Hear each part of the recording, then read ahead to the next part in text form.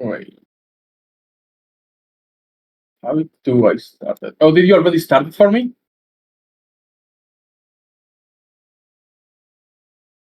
Oh, okay, we did start it. Okay, never mind. I didn't realize we had started the stage. I was looking for the button to start the stage this time. Okay, well, hello everyone. We'll fool around a little bit as we give people time to flood in, but clearly we are gonna have like incredible audiences. Um, but no, I'll just give you a little time. Meanwhile, I'll do a little self introduction because that's like the boring part.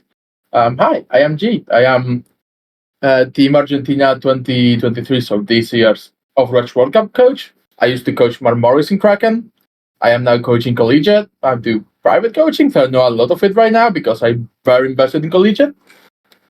And that's mostly it. You may know me. I've been around in Mark Morris for like almost a year now. Wow. It's been like 10 months. And you may have seen me around. You may not have seen me around, but yeah. We are today. I hope you all attended Evasion's micro coaching lesson yesterday because he covered a lot of things that I cannot cover by the means of I haven't studied the 10 methods of teaching that he has. He's an incredibly good orator. I am not. I am my coach. All right, let's just get started then. So, today we are going to be looking at the macro coaching. That means this. We are going. I'm going to go through a quick introduction first. You get by with that sexy accent and actually being a good coach. Listen, don't give my secrets out like that. Um, Actually, I want to start then. I want to give a little introduction at the beginning. Besides myself, the goal of today is giving you tools that you can apply to your coaching sessions, be it live or bot reviews, so that you can take some things away from this, much like we said yesterday. You may take a lot, you may take a little, you may only take a couple things. But this is mostly a summary of my experience and my knowledge about, well, coaching Overwatch. There are some things that will help you specific to Overwatch. Probably more things than yesterday specific to Overwatch, because macro. Um, but there will also be a lot of tools that are not directly related to Overwatch, like how to manage a roster. Still there, we are going to talk about Overwatch a bit, but it's still the idea of managing a roster, putting things together. Um, the first thing I wanted to say, and this is a very important topic for me, is you guys have to have confidence. And I am going to go over the summary in a little bit. We'll figure it out. But the important part is imposter syndrome is real, and you may feel like you know nothing for a while. And that's fine. When I started coaching, I knew nothing and I felt like I knew nothing. And right now, I've been like almost 7 years of coaching. And sometimes I still feel like I know nothing, even when I'm talking about things I know about. So the very first thing I wanted to say is just be confident. Regardless of your level of knowledge, regardless of how much time you've invested into something, you are probably, even if you are not like the best coach in the world, I'm not the best coach in the world, but by having a conversation with the person you are coaching, you are at the very least giving them a different perspective and more insight, especially insight from someone who has studied things, coached people before, and has experience, right? Levels of experience vary, levels of knowledge vary, but it is actually pretty important that you have some confidence in yourself because you don't need to be the be all and all incredible coach to be able to help people. And that's really where I wanted to start with things.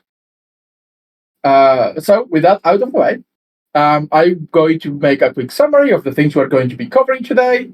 The first, I don't know, for the next like hour and a little bit, hour and 15 minutes, hour and 20 minutes, we'll go over some theory of things and how to, well, what is micro coaching? You can see it on the screen right now. What is micro coaching? I'm going to go through the general things that I look for when I'm trying to identify macro problems. We're going to talk about rosters, how to manage a roster, how to build a roster. I'm going to go a little bit quickly over comp making. I really like to get into detail about composition making. It's my favorite thing in Overwatch. But we don't have time for that. And then we're going to take a small break. We're going to do a vote review of two teams in one game with both perspectives. And then we're just going to do a little Q&A at the end. So let's just get started. Let's start with this, the question I had at the very beginning. What actually is micro coaching, right? What is the difference between micro and macro coaching? Well, Evasion mentioned it yesterday. They are just really good ways to differentiate the point of view you want to take while coaching. Macro comes more into the team aspect of the game rather than the individual player. And while, yeah, the team things you do will affect your individual player and the individual player things will affect the team, there is still good to have a level of separation because it's just a good way to describe, oh, yeah, this is the idea behind this coaching session. I'm going to teach you how to be better for your team, how to help your team more, and how to use your team. So there's two big angles of focus when it comes to macro, and those are, number one, how can I help my team? And number two, how can I use my team? And the difference between this is like very obvious.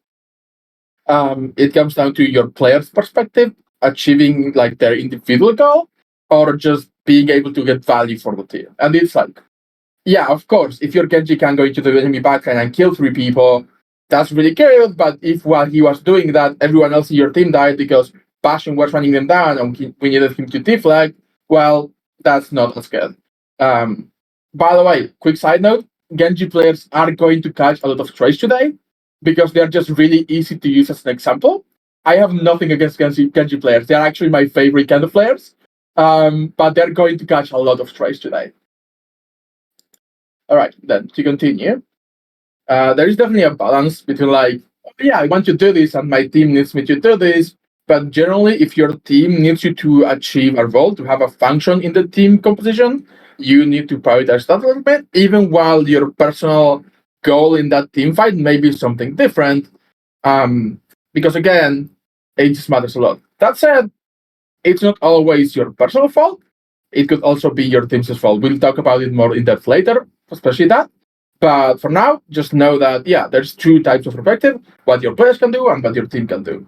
And identifying like the team's general idea, the way the team functions, how fast we want to play, all of that, which I will go more into depth later, especially during the bot review. But having identified those things, having noticed those things and realizing, oh yeah, this is what we need to do, is really important to talk to each player and be like, hey, you need to play with your team a little more. That said, it is very important to note as well that you can only teach players so much when it comes to theory, and that player needs to be willing to listen, to adapt, to improve, to learn. And that willingness is something you cannot really affect. You can certainly take different approaches, you can make it easier for players to learn, but the innate motivation and strive to improve, which is usually what we just call coachability, plus the ability to adapt and put those things you teach them into practice, are also very important. And while you may have players who are like really good at coachability, like very coachable, they are able to absorb information like a sponge, and players who you have to repeat things 10 times over, it is still worth teaching both. And you can teach both with no problem. You just have to take different approaches. Okay. Regardless, that's the general points I wanted to make about micro coaching. Let's go. They deserve it, please. Genji players have rights too. Oh, Genji players have rights too. Man, I'm glad Ari is not listening. She said she was gonna be here. I would be getting blamed right now, put on blast. All right. So, problem identification. This is very important. This is one of the key things that you have to work through with experience and knowledge to get you to especially live coaching for macro. There's two big aspects when it comes to identifying problems that your team is having. Number one is whether a team is doing something wrong, like your team is doing something wrong as a team, or whether a player is doing something wrong as a player for that team. So just realize that I am gesticulating a lot and you guys cannot see it. So I'm going to see if I can lower my camera a little bit to include my hands. Good. Maybe not good enough. So, let's go with that. Hopefully that helps a little bit because I do gesticulate a lot. So we're going to look at some of the aspects that can be identified for problems that we may be having. And while identifying these problems, like you may be on a team board or on a one-on-one coaching, like a personal coaching session with one of the players, being able to identify these things quickly is important, especially for like live matches where you only have a few minutes at most to make your point and players need to listen and adapt. Yeah, but it is very important to identify whether your player or whether your team is doing something wrong, because yeah, you may have a Genji feeding in the enemy backline and he just dashes in and gets killed, but maybe, hey, maybe that Genji player was supposed to get like a Zarya bubble or a shout and they were relying on that and they didn't get that support, or maybe like a breakback and they didn't get that support, and that is why the Genji is quote unquote feeding, even though the plan was for your Genji to just go into the back and try to get a kill. That said, I'm going to go over a quick list of things that your player or your team may not be doing well in a particular role, hero, fight, point, map, day, whatever. And identifying what is the root of the team's problem will help. So, again, don't be afraid. I'm going to go over this more in depth with more examples in the VOD review. But for now, it's just really good to keep in mind what these things are in general. The first one is just compositional matchups, or to put it in simpler terms, how does your composition play? How does their composition play? Who has more range, more mobility, more resources? Who wants to play at a higher tempo, or like use resources faster? Do you have a cycle of resources you want to use, right?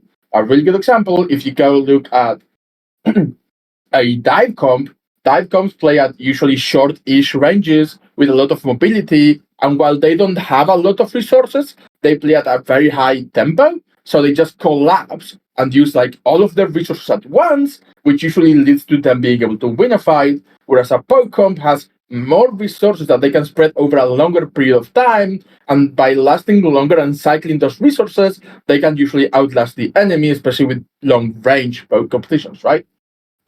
So once you have that general idea in mind, the second thing to look for is our win condition versus their win condition, which once again comes down to what is their composition designed to do, what is the end goal, and what is their team composition's end goal, and how do you achieve our goal while stopping them from getting their win condition.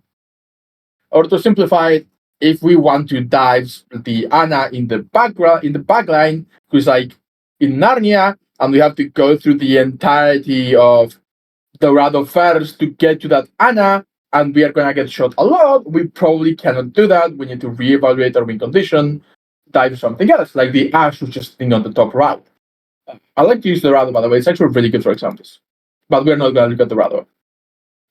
Third thing is just, are we getting enough value? Or put in simpler terms, is there something we need to change about either the comp we are playing or the way we are playing, or like the hero we're playing, if the problem is like at an individual player level. Say your soldier is getting demon every fight, and we are not able to put resources into the soldier, then your soldier either needs to play safer or he needs to change to a hero with a better escape tool, like a Sojourn Slide or a recall or whatever.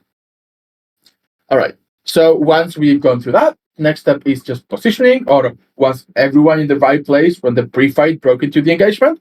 Which basically just means, oh, if people were out of position and were like, we did not rotate because the enemy was rotating and we did not counter rotate, or are we all positioned to look at the areas we're supposed to look at? Or, for example, did they get through our kill box and then we just never adjusted to a new kill box? That is a positioning issue, where your team as a player, as an individual player, or as a team, did not account the position we had. Number 5, and yeah, I'm going down the list, but it's fine. And you will see these a little bit more in action when we do a VOD review, which is generally going to be better for this. Number 5 is just timing, which is, was everyone able to get value when the pre-fight broke into engagement? Were we early? Were we late? Was everyone like looking at the thing they were able to look at? Was someone mid-rotation? Was someone just dead and we didn't wait for them? There's a lot of things that could affect timing, but generally we want to be able to put our resources into the enemy at the same time. Doesn't mean all of our resources, but at the very least, we want to be able to get value at the same time. The number 6 is resource management, which just means Did we cycle our resources correctly? Did we use too many things? Did we use too few things? As a team, did we just like use shout and amp at the same time, like JQ Lucia comp? Did we throw all of our resources out, but we are not supposed to use them all at once, but rather stagger them a little bit? Did we do the opposite, where we just kept them together? We just kept them until everyone was dead, and we were like, yeah, I have 2 bubbles, but everyone in my team is dead.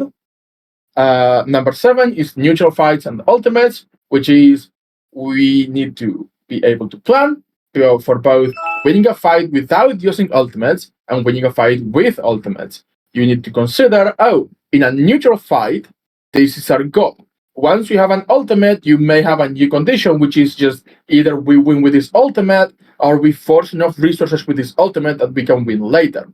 So, very important thing to take into account. Neutral fights are usually a bigger problem for teams. If you just say we're going to nanoblade and win, it is usually quote unquote good enough. We should be planning around. They still have Beat, they still have Susu, they have Emo, right? We do still want to play around that, but it is easier to just plan around ultimates than it is to plan around neutral fights.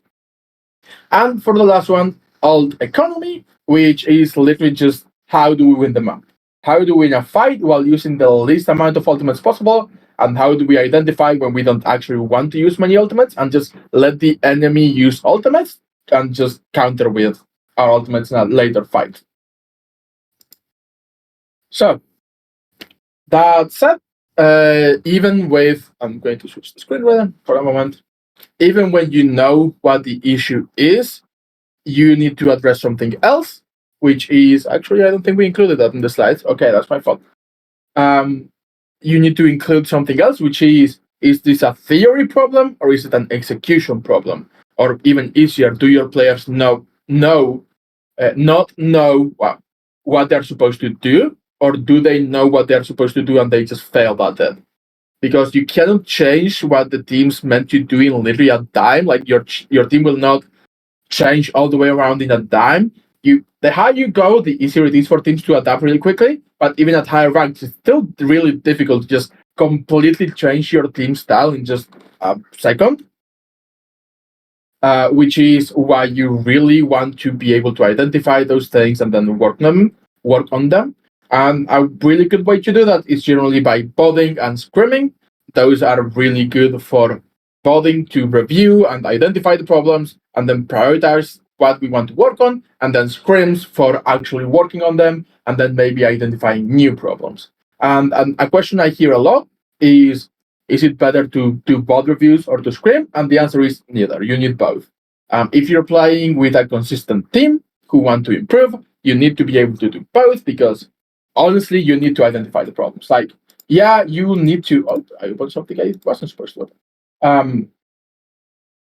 While you are screaming is necessary for sure, and without screaming, you will never find the issues. But unless you're really good and really practiced, you will usually not get as much understanding and you will not get as much theory out to the players, and you will not be able to reach them as consistently without VOD reviews. And then if you do only VOD reviews, you will never actually get to practice or identify the problems. Yeah, you can sit VOD reviewing with your team for an entire week and talk about them for like literally 2 hours every day, give them all of the theory, but if they never practice, well, they're not going to be able to put that into action ever. So yeah, both are very important. We just need to realize that, oh yeah, we need to do both. Simply telling your player to do this is not going to lead to anything if they don't actually get to practice it, and practice without a goal is not ever going to lead to improvement. You kind of need to do both for teams and for players individually. Which now does bring me to the next thing, which is my method of identifying problem, which is not the be all and end method, right? Like, I'm not standing. I don't want to do hamsters. Can we do a different animal? Because evasions is hamsters. Does anyone have a different animal they would like to pitch for whenever I hydrate? Sure, let's go with dogs. Dogs whenever I hydrate. I do really like cats though. Cats are my favorite animal. I changed my mind. Let's go with cats. I am a cat person. Okay, so as I was saying, this is not the be all and all. Like, this is not the secret recipe that will fix everything for you. This is just what I do. And honestly, even when I do it, I don't do all of these steps. I usually just like skip some of the steps when I know know just through experience what the general idea of each comp is, what the general idea of whatever is. So experience just helps you go through these things faster, but it's just really good for me. And this is usually how I do things. This is what I do to like look at maps, identify comps, do do things quickly, especially like live matches, and then I can explain further in both reviews. But the idea is always the same, which is identify the problems and then be able to provide actionable, quick, concise direction to your players. So let's go through the things I just have listed. And again, I will show you this more in depth when we go into a bot review, because I'm just going to tell you, right, like this, and then you'll see it in action during a VOD review. So number one is just analyze the compositional matchup, which just means, oh, they want to play fast, they want to play slow, they want to play further away, they want to play closer, they have a lot of mobility, they have a lot of resources. Brawl comp, dive comp, poke comp is just a really good way of summarizing a lot of those things. But even then, you have to think about the particularities of the comp, like a Rhine Symmetra Bastion brawl comp is not the same as a Rhine May Bastion brawl comp. So identify those things and think about it. Really analyze the compositional matchup. Then you consider the win conditions for both teams, including map factors. Like again, Dorado, for example, has a really big defender's advantage until it doesn't. Dorado is just really good to spread your team out a little bit, take angles, range, right? It's difficult to dive consistently, and you need to usually force something out before you go in. So win conditions also include maps, but generally just how the comps play in general. Then I go on to visualize an ideal fight plan. That is to say how both teams would want to play ideally. Then I look at the actual execution of that fight and go like, oh yeah, this is step 5. Oh yeah, this is what should have happened, but this didn't happen. Why did this not happen? Oh, Argenji was supposed to go in and kill something, but he was trying to chase the Lucio 10 miles away from the point. And then you identify whether it is a team problem or a player problem. Genji, please. Then you take a moment after the fight is over or after the map is over and explain the correct course of action in concise directions that the players can just understand it quickly. And then you look at the result for the next fight. And you just skip some steps there. If things haven't changed, if there's no new ultimates, there are new compositional changes. If nothing has changed, you probably can just do a summarized version of this. But if things have changed, then you start over and consider things again. And then in fights where either team has ultimates, you consider the ultimates quote unquote win conditions, because even for ultimates that are either defensive or ultimates that are not as good fight winning ultimates, you can still use any ultimate as a win condition if you use it like correctly, even if it just forces resources. Resource forcing, really good. It can be considered a fight win. All right. Cats in the chat, please. We're skipping to a new. We are moving on to a new part of this. I'm going a little quickly, which I don't love. So I'm just going to take like a 10-second break here and just drink some water.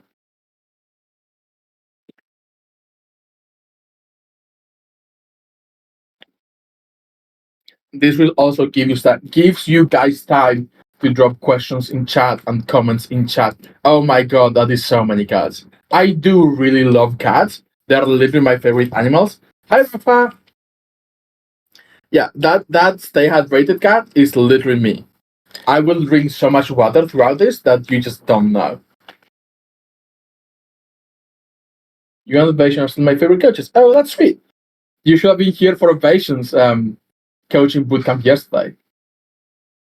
Can't believe you missed. Shake my head. All right, let's continue. So, moving on to something that is just as important as actual Overwatch macro coaching, and that is also a very important part of being a coach, which is being able to just manage your players. This sometimes you have to do more than just managing your players. You have to like find scrims, schedule, find tournaments, tell your team to be there on time, right? Sometimes you will have a manager who does it for you or a team captain who does it for you, but sometimes you have to do that. Leaving that literal definition of managing aside, what I want to focus on is the ability to foster a positive environment for your players. That is really important. Every person is different. We're all different human beings, and every player is different, and every team will be different. But you need to personalize your approach a little bit, and there are some things that you can keep in mind to help your team function better as a team. But the end goal, like if there is one thing that I really want you to take away from all of this, is the ability to, or at least the mindset of, oh, hey, let's just make sure my players are having fun. How do I make it so my players can have fun while improving, while gaming, while whatever? But ideally, like that is the one thing I really want to emphasize is just, oh, yeah, guys, this is still a game. Even if you're trying to go really high in the competitive ladder, this is still just a game. Or like in the competitive team environment, I want my players to have fun usually. So that is really important and really noteworthy. Usually, if your team is having fun, people will just play better regardless. One of the things I do, by the way, this is a quick side note that I did not include in any of these quick notes, but I want to mention it anyway because Rafa is here in the chat and he being here reminded me. One of the things I really like to do is when we are having either a really good or a really bad scrim, I just give my players the freedom to play whatever the heck they want on the last map. They can just go, I don't know. You have that Junkrat one trick in your team who's really good at Junkrat and never gets to play Junkrat, let him go Junkrat. You have the Wrecking Ball one trick, let him go Wrecking Ball. Does the composition make sense? No, but you know what? Screw it. I almost say the F word. Yeah, Rafa, for example, when Lucian, well, it was not the comp we were playing. We were playing Anna Brig, but he still went Lucio on the well, pooped someone off the map, and beat on the corpse, thus throwing himself off the map. Is that good? No, but he had fun, and that's important. Every now and then it is noteworthy to have, oh yeah, we are just having fun. This is still a game. Positive mental environment. Now, with that said, let's actually go through some things that I do, that I have planned to talk about, not just the random of the mill thing that came to mind because Rafa is here. Number one is just team bonding. You need to make sure your players get along, right? Sometimes at the very beginning of teams, especially, that just means, oh, we need to schedule games to have fun together, like actually get along, become friends. Some ideas are just like, oh, we're going to have a Jackbox night or a movie night.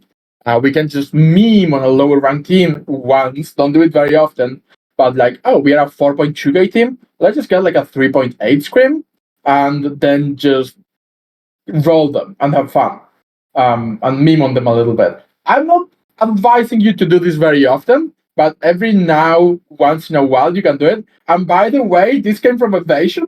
I take no responsibility from this. No, this is Evasion. If anything, just Evasion's fault. No, but I do agree. Like, once when your team is being created, you are fine to just get a scrim that is a little lower than you'd like, have your team roll them, enjoy themselves, and they will grow closer from that experience. But again, it can just be like a game night, a movie night, it can just be conversation and hanging out, right? A lot of the time, people just hang out, have fun. That's very good. So yeah, team bonding, you need to make sure your team is actually like an area where people can just talk about whatever. Also, that leads to just being very open as a team as well. And everyone knows that, hey, if there is a problem, you can just talk about it rather than just hoarding your problems forever and then just they will be brought up eventually in this play. All right. So for number two, setting realistic expectations, right? You are, you need, sorry, not you are, you need to tell your players what your goals are for the short, medium, long term, whatever. Um, but you want to make sure your players, both you and your players and the staff of the organization itself, if you have an organization, are on the same page about what the team needs, what commitment you want from your players, what your goals are, and what to expect going forwards. Because sometimes you will get players who are really dedicated and want to scrim 4 times a week, 6 times a week, 8 times a week, and vote on top of that. And sometimes you will get players who, even if they wanted to do that, they cannot because they have work or whatever, or just life, right? And they can only do like 3 or 4 blocks a week. So knowing that you have a team that is willing or able to put the same level of commitment is very important. On that same page, if you have a 3.5k team, you can't just tell them you guys are going to be GM1 all by tomorrow. That is silly. Don't lie to your players. Tell them straight on, guys, you're a 3.5k team. We can improve as a team. You'll probably get a little better with every scream. Sometimes you will feel like you're not getting better because you're going to get stomped. Sometimes you're going to stomp people and you feel like you just are doing great. But it is just part of the process. Set expectations that are realistic. Don't just lie to your players. Just get them on the same page. Make sure your team is able to communicate about things. And talking about communication, number 3 is talking and listening to your players. Not only when it comes to like day-to-day life, but you need to be open to your players. If they suggest something, that's good. You can listen to them. You don't really need to implement the things that they tell you, but you at least should be listening and actually considering them, not just telling them, oh, yeah, sure, and then never considering them. You can just consider them. You can analyze whatever they brought up with them. You can explain why that might not work, why it may work, but with changes, or why maybe it's just a really good idea. You can use examples if you want, or you can use analogies if you like. I do really like analogies. You may, if you were here yesterday, I can tell you Evasion also really likes analogies. In case you didn't catch the whole fishing analogy, that was really good. They're just a very good way to represent whatever you want to explain to your players. And it is honestly just fun too. When you make a good analogy, it's like, oh, that was actually really fitting. Huh? I'm smart. It's an I'm smart moment. But yeah, it's good. It is important. You need to listen to your players. You need to be in open, direct communication with them, both as people and as your players. And that will help you avoid conflict. That will help you avoid situations that are negative. That will help you avoid like fighting in the team. And usually, if you have that environment, you are able to resolve issues before they're major issues. Honestly, like no one wants to be in a team where people hate each other and no one's having fun and they just grind the game for like 10 hours a day, but they just fucking hate it. I said the F word. I've been allowed 2 F words today. That was one of them. And it slipped out. But fortunately, I have a buffer of 2. Okay, so how do we actually talk about these things with our players? Well, you have to personalize your approach to every player. There are some things you can do to help, like in general, a lot of these things were covered by Evasion yesterday, like Socratic theory, jokes. You can go watch his pod for a few of those things, but generally, I want you to be able to personalize your approach to every player. Talk to them. Like again, it comes down to this a lot. Talk to them and be like, oh hey, I noticed that we've covered like the fact that you are going into the enemy backline every single fight and trying to get a pick. And we talked about like 5 times or 6 times. Do you want to take another approach? I can just go with you to like ranked or whatever and just yell in your ear, what are you shooting, right? Or where are you going, or whatever it is necessary. Some players thrive with theory, and sitting with them for like 2 hours looking at the vault may be really good for them because they can just process information and work with that. Some players need a more direct approach. You can do drills with some players, you can do drills with some teams. Things may work better for some teams, and some things may work really good for some people and really negatively for other people. But more than anything, try different things when things are not working and figure out what works best for them, because everyone in the team is a different person and they may have different needs when it comes to learning. Yeah, which again comes down to the last part, and you can see I kind of threaded little segues here and there, um, which is adapting your strategies, which is not just compositions to, oh yeah, it starts on compositions. Oh, you have a really good Pharah player, and we kind of want to do that, regardless of what the meta is. Yes, the higher you go up the competitive ladder, like if you go to tier 1, like Overwatch League formerly, contenders, sometimes like high OD, meta is a more strict bar. But the lower you go, and even then within those levels, if you're really good at something, you may be performing better with that off meta comp if it suits your team better. If your heroes are really good for that comp, like if you have an insane Junkrat, for example, if you have a really good style, like if you want to play aggro dive and you are incredibly good at aggro dive or really coordinated for aggro dive, then you may be able to get away with that. But also, again, when it comes to the strategy, the coaching strategy you take for each player, because sometimes players will need personalized strategies, especially like there are a lot of people with learning problems, not in a bad way, but like they learn different than you do. Like everyone learns differently. So you just need to be like, okay, yeah, this is not working. Do you think it's working? If they tell you yes, okay, well, maybe we can keep trying. If they tell you no, I don't think it's working, you can talk with them, and again, a lot of talking, and you can be like, okay, if we did this, could it help? Let's try it. Blah blah blah. But again, just adapt your strategies both as a coach and as a person to interact with the people you love, at least are friends with. Capital D colon? Wow. Oh, is that because I said the F word earlier?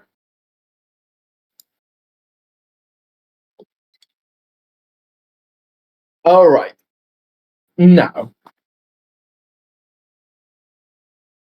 and again, I am going a little fast, but we still got like 3 whole sections to go over. And I think one of those is going to take the longest, so we should still be fine. Um, but let's change to the new section. Like we got 1, 2, 3 whole sections to go over. Even if all of these only take 10 minutes, we'll only be like 15 minutes ahead of the schedule. And I don't think all of these are going to take 10 minutes because look at all the things we got to look at when building a roster. So, building a roster, which is how do you decide whether to prioritize meta over comfort picks? Honestly, you can try it. If your team, you can talk to your players and be like, especially once you get to know them, you can be like, oh yeah, well, meta is not working that good for us. What is our hero pool? What do you guys are really good at an individual level? And then you can conversate with those players like, oh, well, you are really good at Genji, huh? Let's try it for like one scrim and see if it's working, or see if it can work. And maybe like Sombra is incredibly good, but you can get more value with Genji than Sombra because your player is just really good mechanically on Genji, and you can just make a small adaptation. Or maybe your team has a different style, and you are like, oh, the meta is Passion Brawl, but we are really good at dive, so maybe we can theorize a dive comp that works really well into Passion and try it. For example, a Doomfist Echo Sombra comp that plays from multiple angles and just goes in, slows the enemy a little bit, creates opportunities, and then goes out. Could work. Let's try it. Oh, look at that. This should not be working because this is what the meta is, but we can make it work because we are on average better at this than the enemies at a rank are at adapting to this.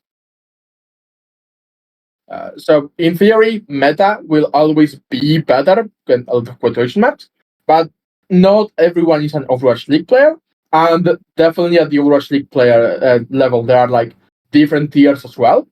Not everyone is going to play things perfectly, and you can exploit that to have advantages for your team.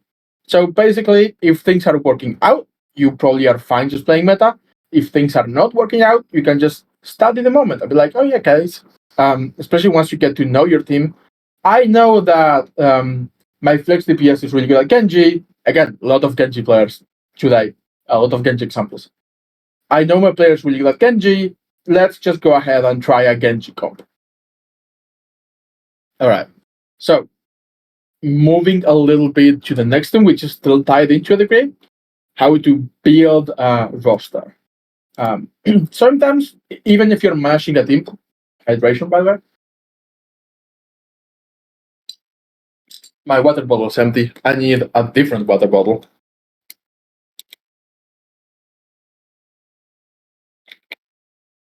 All right. Sometimes your team just splits up. If you're already coaching a team and for whatever reason the team comes to just split, that's fine. Sometimes you have to say goodbye. Sometimes you have to move on. It's sad, but it happens. And it also creates an opportunity. Maybe you can build a new team. Maybe you have a core of players that you can build around. That is those are both very different situations, but are also very similar in a lot of ways. And the part of managing your roster is also, well, being able to build on your roster, right? Like, if you have no people to manage, how are you managing anyone?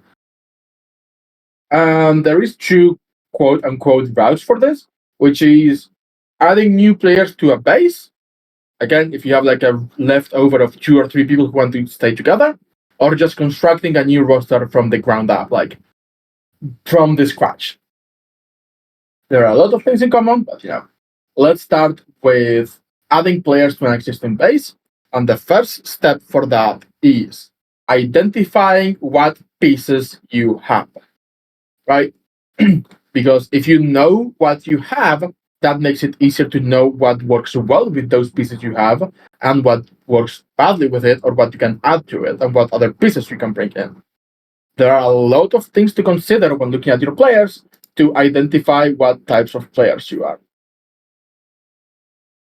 Let's go over a few, which are on the left. If you look at this current slide under building a roster, which number one is just whether your hero is a carry hero or a support hero, right? And that doesn't relate to supports as the role, just the style of player.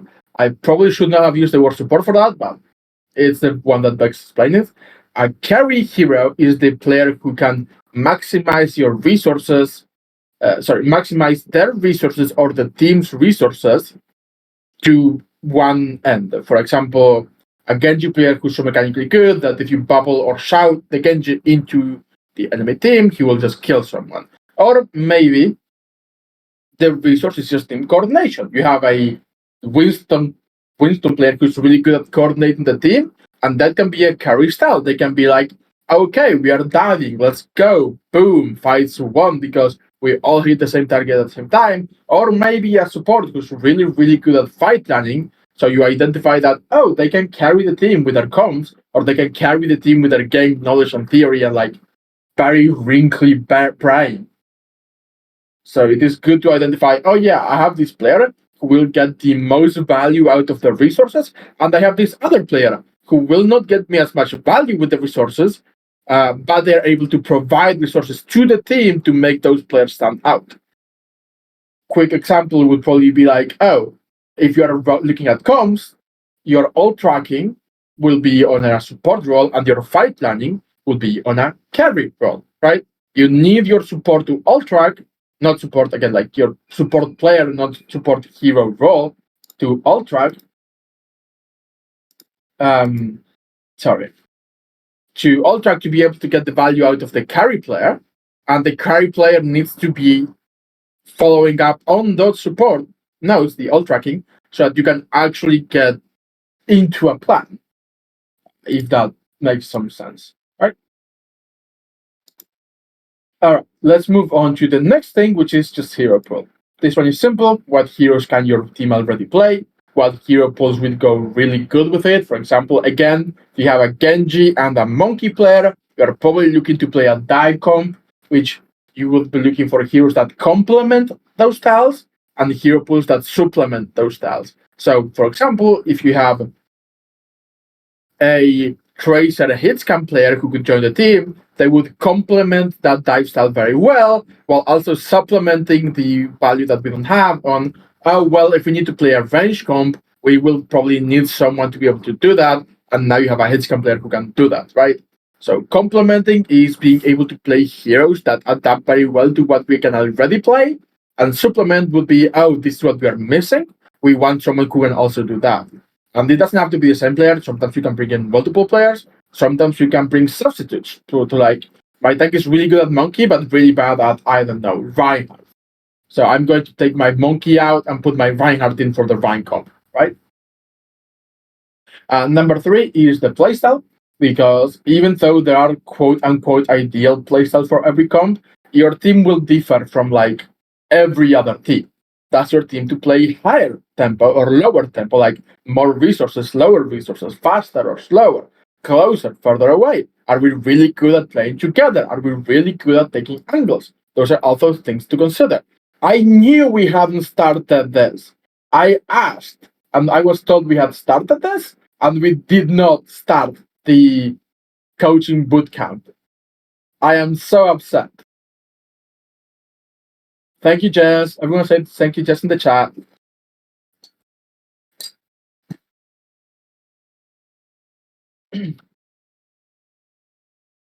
Okay. So with that as an aside, okay, let's move on from playstyle. Number 4 is synergy and team play, or how quick are your new players able to insert themselves into a team and do good, how good they are at coordinating with other players, or how good are your existing players at adapting to new players. Because if you have 2 really good players who are just able to work well with everyone, that opens your options up a lot. But maybe you have 2 really good players who are not that good at different things or new people, and it will take longer, so you want to look for people who work really well with them. Number 5 thing is communication roles. Do we have someone who can fight land? Do we have someone who can track ultimates? Do we have someone to keep the mentality up? Do we have an IGL, someone to resolve and figure out problems, as it were? Someone to target focus? Someone to help the team work with adaptation if we have to make it? All comes roles that we have to have somewhat covered, right? If you have no one in the team who's able to all track at least to a reasonable level, you're probably gonna suffer.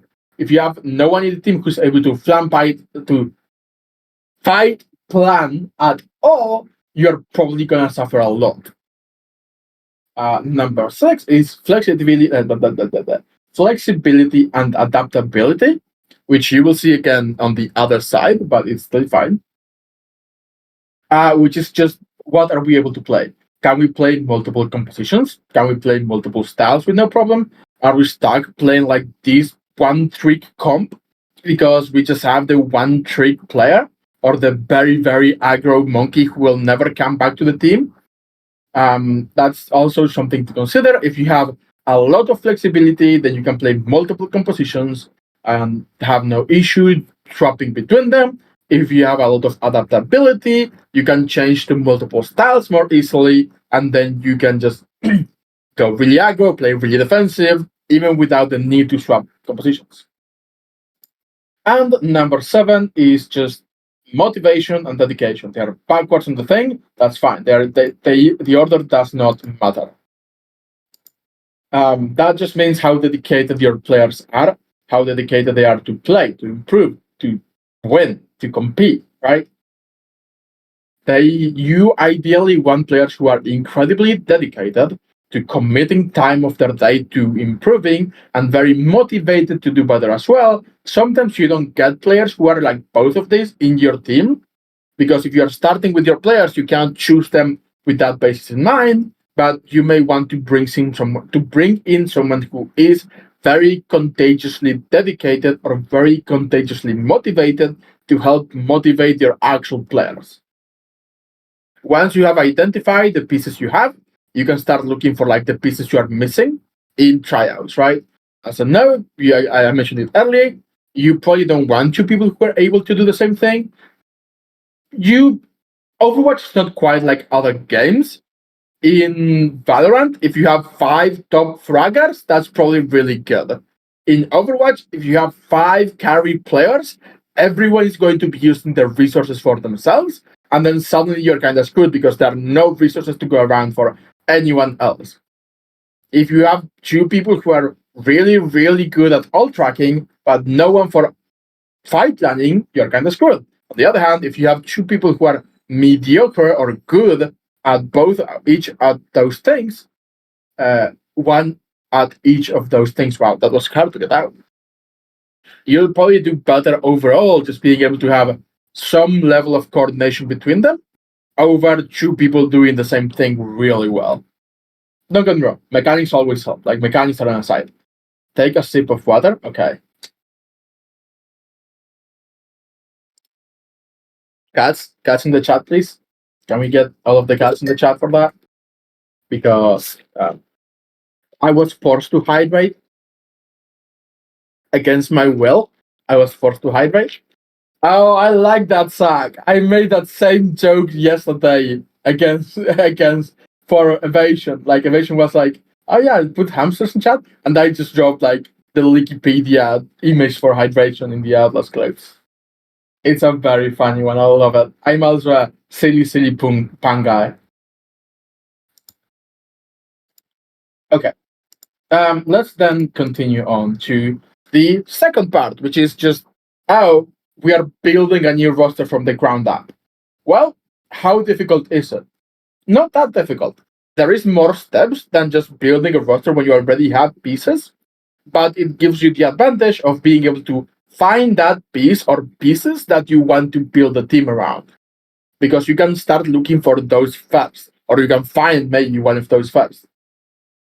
And it can also be a style. If you want to play like a really aggro dive, you can build your team around that. Or you can find like, oh, I found this, and this is actually a compliment to Genji players. I found this Genji player who is like incredibly good mechanically and can just go in and kill someone every single fight with no fail. I can probably build around that. Even though like you don't have any idea of what's happening on the rest of the team, you can just find that piece and start building around it. It just gives you more flexibility about the pieces you can find, but also gives you more variety. Sometimes you may find a really good piece, sometimes you may not get lucky with pieces for a while. And then once you have that starting piece or idea or 2 pieces like a duo, then you can start building your team around like we did in the first step. So number 1 is very easy, just incredible mechanics. If you have, and I have and I'm saying this because Zach just posted the chat, if you have hydration, playing Genji in your team or playing Doomfist in your team, hey, maybe you want to build around hydration being able to do that, right? Let's just allow hydration to pop off. All right, that's fine then. Number 2 is strong communication and team play, which means being able to use their team to achieve their goal and also helping their team as one. Maybe they are really good at coordinating. Maybe they are really good at team play and synergy, and they're very quick to adapt and consider everyone else in their team, or really good at fight planning, which also makes it very strong to plan around. Number 3, again, is incredibly motivation and I mixed it words. Motivation and dedication, which I covered this earlier, but is very important. And if you're able to find a piece with these things already in it, then you really don't have to find another piece to complement that. You're already starting with someone who wants to improve. Number 4 is high coachability, or just the ability to listen and improve and learn, and then the talent to put those things into practice and just be able to adapt. Not adapt, but like absorb information and then actually put it into practice, not just leave it at theory. It may take a while, like it may take multiple scrims, or it may take one, depending on how coachable your player is. But you want someone who will listen to you, consider what you've told them, and then maybe put them into practice over like the new few scrims. And the last one, again, is just flexibility and adaptability, which is just the ability to play multiple heroes or multiple styles, learn multiple heroes or different styles, and just being able to quickly switch is really good, right? Like if you have, again, let's not go with Genji this time. Let's go with a support. Let's think Lucio, right? If you have a main support who is really, really good at playing Lucio and kind of sucks at playing Mercy, Break, Pap, Ilari, then you're probably stuck with Lucio. That means they're not very flexible. They only can play Lucio, but they may be really adaptable. That means they can play Lucio in dive and go for micro dives or mark people really well. They might play Lucio in brawl really well and play for resources and like overall coordination with the team. They may be able to play Lucio in other comps, like even a poke comp if they are really, really good at that, and just go for solo assassinations on people, like marking hit scan across the map. Uh, the ability to switch between different heroes or different styles are your flexibility and your adaptability, and having at least one of those will always help. Having both is very desirable.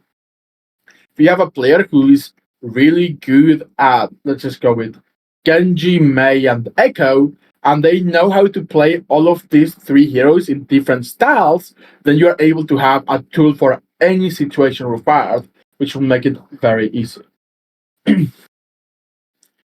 Most of the time, the best way to start is just find like a carry style DPS to build around.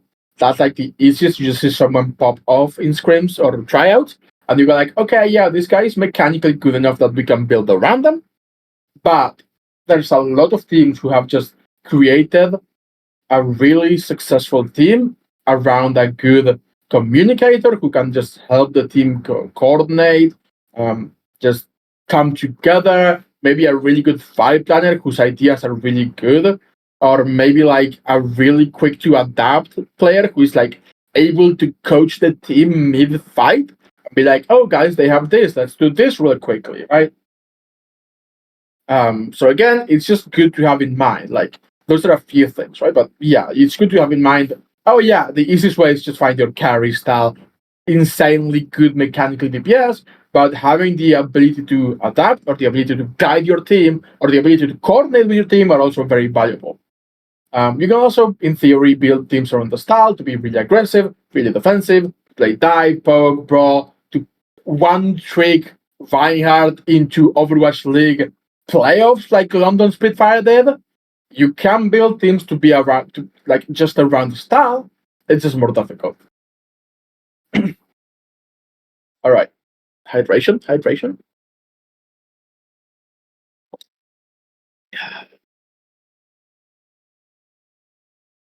Okay, moving on. I like that guy. Next step is adaptability, right? And I mentioned this earlier that we go a little bit deeper into adaptability. And I will say, especially at high ranks, in my experience, players will adapt faster and with like less explanation, less theory, less direction, because their understanding of the game is just higher by default. It does really come down to a player basis. Like some players in gold may be actually really good at adapting. Some players in GM may actually be really bad. Water.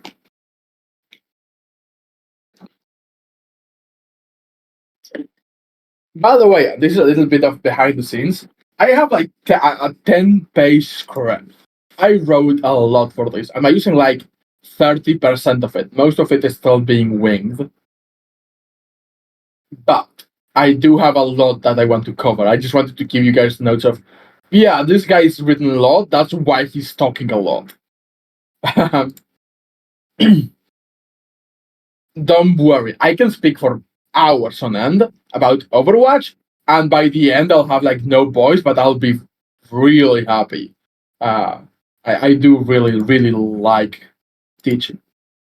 Okay, sorry. Come back to this. You may have players in gold who are really good at adaptation, and you may have players in GM who are really bad at adaptation. You can teach it to your players by just going over theory alongside them, just explaining things to them, looking at things together, but they have to be willing to put the time and dedication into being able to adapt. Uh, Another quick example, if you have a Genji player who is just not listening to you and always plays the same style over and over, that player may not benefit from the adaptability lessons as much as just a tank who's able to adapt very well to each situation, even on the same hero. That said, identifying the issues with adaptation is a difficult task, but it can be broken into two components. Number one is, are we playing the wrong composition? And number two is, are we playing the composition wrong? And yes, this is a funny thing where I just switched the words, and it looks nice and neat. But the general idea is the first one just refers to the viability of our composition into the map we're playing, the point we're playing, the composition that the enemy team is running, right? Like, for example, if you're playing into a Pharah and you find yourself playing Mei, Rein, Symmetra, Pap, Lucio, you may struggle. You may be able to adapt regardless, but you may be like, oh, we may need to go like Passion and bring a hit scan into the table. Not to say that you cannot adapt, because you can, but like at most ranks, that will be a composition issue where you are just not good enough to adapt into that style. Some ranks you can, especially at like the higher ranks. But yeah, and also considering, oh, is there a quick swap that we could make rather than changing the entire way that the composition works? Is there a quick swap we could make to get more value out of our hero picks? So, for example, if we're playing Symmetra May Rhine and we want to run at people, we may be able to just get away with switching one of our DPS for like Passion, who is hit scan and can help us pressure the Pharah, and also still adapts to the idea of, I'm just gonna run the enemy down. And the second one is playing the composition wrong, which just relates to, okay, we should be able to win with our comp, but we have either failed to consider the enemy team's composition, we are playing incorrectly for whatever reasons that we have identified before. Do we need to change our style? Are we going too fast? Let's slow down. Are we going too slow? Let's go earlier. Are we taking a million poke damage while standing in the choke? Well, let's just get through the choke. The issue is, once you have identified this problem, you can correct it. And taking your players to think about like team compositions, win conditions, the end goals for the team, maps even, it will help them identify the problem in real time, which they can use to adapt in game without you having to pop in and tell them, and just go through it with the rest of the team. This is a long process that can take a long time, especially for people who are new at this, and it comes from a lot of experience and theory. But certainly, this is something that you can teach and that people can learn. It just takes time. Okay. Surprisingly, we are coming into what I think may be the longest bet, with about 20 minutes on the clock. So I think the timing worked out fairly well. So this may look like a simple, that's it, like the last before Q&A. This may look simple, but this is the most complex part of macro coaching. Not just composition making, but by understanding how to make compositions, you can also understand how certain compositions work, and then be like, oh, this is their goal. I already know because this hero or these groups of heroes just want to do this. Cats, please. So, the idea behind the basics, and again, this is just the basics. I will not go super into detail about this because I could be here for like hours on end talking about composition making. It's my favorite part of Overwatch coaching. My favorite part of Overwatch macro coaching. But this is a very simple and quick way of doing it. Number one is just finding your starting point. For example, a specific meta hero. Passion is really, really good because just he's really good. Or Blizzard have made a change on like rework Sombra and now rework Sombra is incredibly strong, or maybe people have found that two heroes together are just really good, or a map enables you to play uh, very well on this hero. Well, now you have a starting point.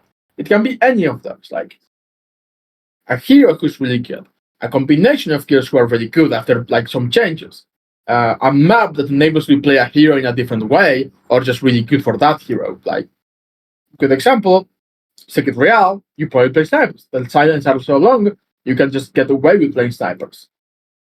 So once you have that starting point, a meta hero or a couple of heroes that are meta, listen, Zach, Bastion is just really good right now. Like all of my examples at the end, I have examples at the end. They're all around Bastion. Like, oh yeah, we are just gonna look at Bastion comps after this for the examples. So once we have the starting point, in our case, Bastion, we are going to decide how we want that composition to play around our starting point. Um, if we have a dive hero, let's say we have a Tracer, Tracer gets gigabuffed and she's broken. Okay, we can now play around the Tracer. We can either go full dive, we can go for a mace that allows Tracer to dive. We can maybe, like, let's say, Sombra is now really good because she's an assassin. An assassin. So let's go for heroes that allow her to assassin people very easily, or other heroes who can also look for opportunities to just get picks more easily. And once you have that basis of I want to play this as my starting point, and I want my team to more or less do this around them, you consider the heroes that are complementary to that style and the ideas you already have, and then look at the potential synergies between them and the winning goal of what the composition would be.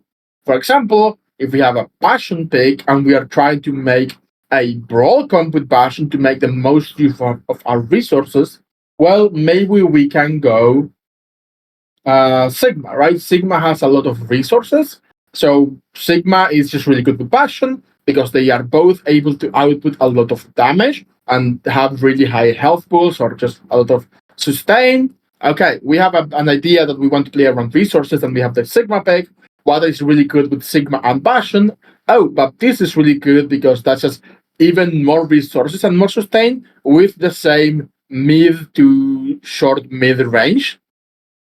So now you have a really strong core of heroes. And the win condition is just, oh, we're going off of resources, right?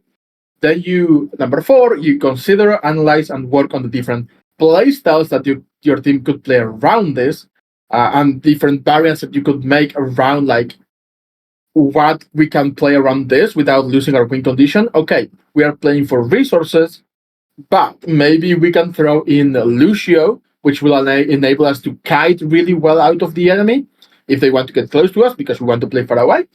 And if we have a Lucio for rotations, then maybe because Lucio is able to go dive, we can throw in Genji, who can control off angles and high grounds, which is something you cannot really do with the Sigma, Bash, and Bap. And now Genji and Lucio are also able to micro dive something, to just the two of them find a weak spot in the enemy team, collapse, kill them, get out, right? So once you have that idea, or note aside, maybe to go with the idea of kiting, you want to lean into that even more.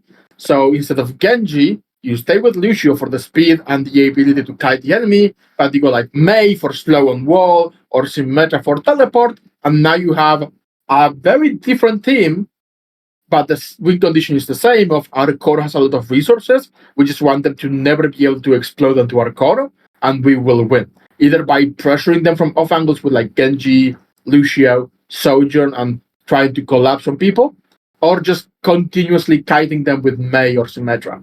And you can already see that I'm like starting to make around the Bastion one of the meta comes with the Sigma, right? At this point. Then you start to consider the matchups and how things would go into different things. For example, if we wanted to play into a dive comp, how would we play with Sigma, Bastion, Bap into a dive comp? Oh, well, dive comps are really good at exploding. We need to make sure we're putting them. Sorry, we are forcing resources early, so we probably want to take a long aggro sideline at the beginning, and maybe having like a Sojourn or an Echo would help, or maybe we just want to kite them really hard, so we just go like Symmetra. How would you play into Brawl? Brawl comps just want to use a lot of resources, and they're probably going to have like either a Rhine explosive resource comp or a similar comps to ours. Let's just go with Mei for more resources, or let's go for Echo for the potential to pick someone, or Genji for the potential to pick someone around the enemy, right? That is the same idea of, okay, we still have the core that plays with resources, but now we have the options of Genji Lucio to dive someone and actually kill them. And then into a poke comp, okay, we kinda are not very good at angles, so we can probably get again like Genji Lucia or Sojourn or Echo to be able to get to those angles and pressure people out. Lucio can also do that. And now you have two people who are able to contest the angles. And while those angles are contested, your core will usually win the fight on main because they will just have more resources. Once you have that in mind, no questions yet. Once you have that in mind, and you work through, okay, this is more or less what we want to play, and these are quick variants, quick things we could go over to, well, adapt into multiple styles. Let's think about our ultimates, because ultimates are still really impactful. You need to think about what ultimates are going to charge really fast into every comp.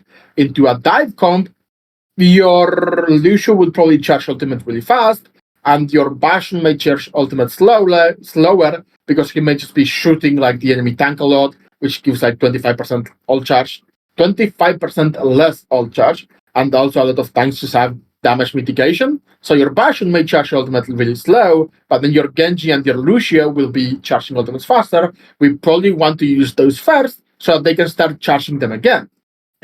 Or maybe we just decide that, oh, they're playing Brawl or Bastion's charging ultimates at a decent pace. We have Bastion ultimate and Genji ultimate. Let's plan to use our Bastion ultimate first because it is a little less impactful on the win condition. Or maybe you want they have beat, so you change to let's use our Genji ultimate first and then force beat, and then we can go into the Bastion ultimate. It's a cycle.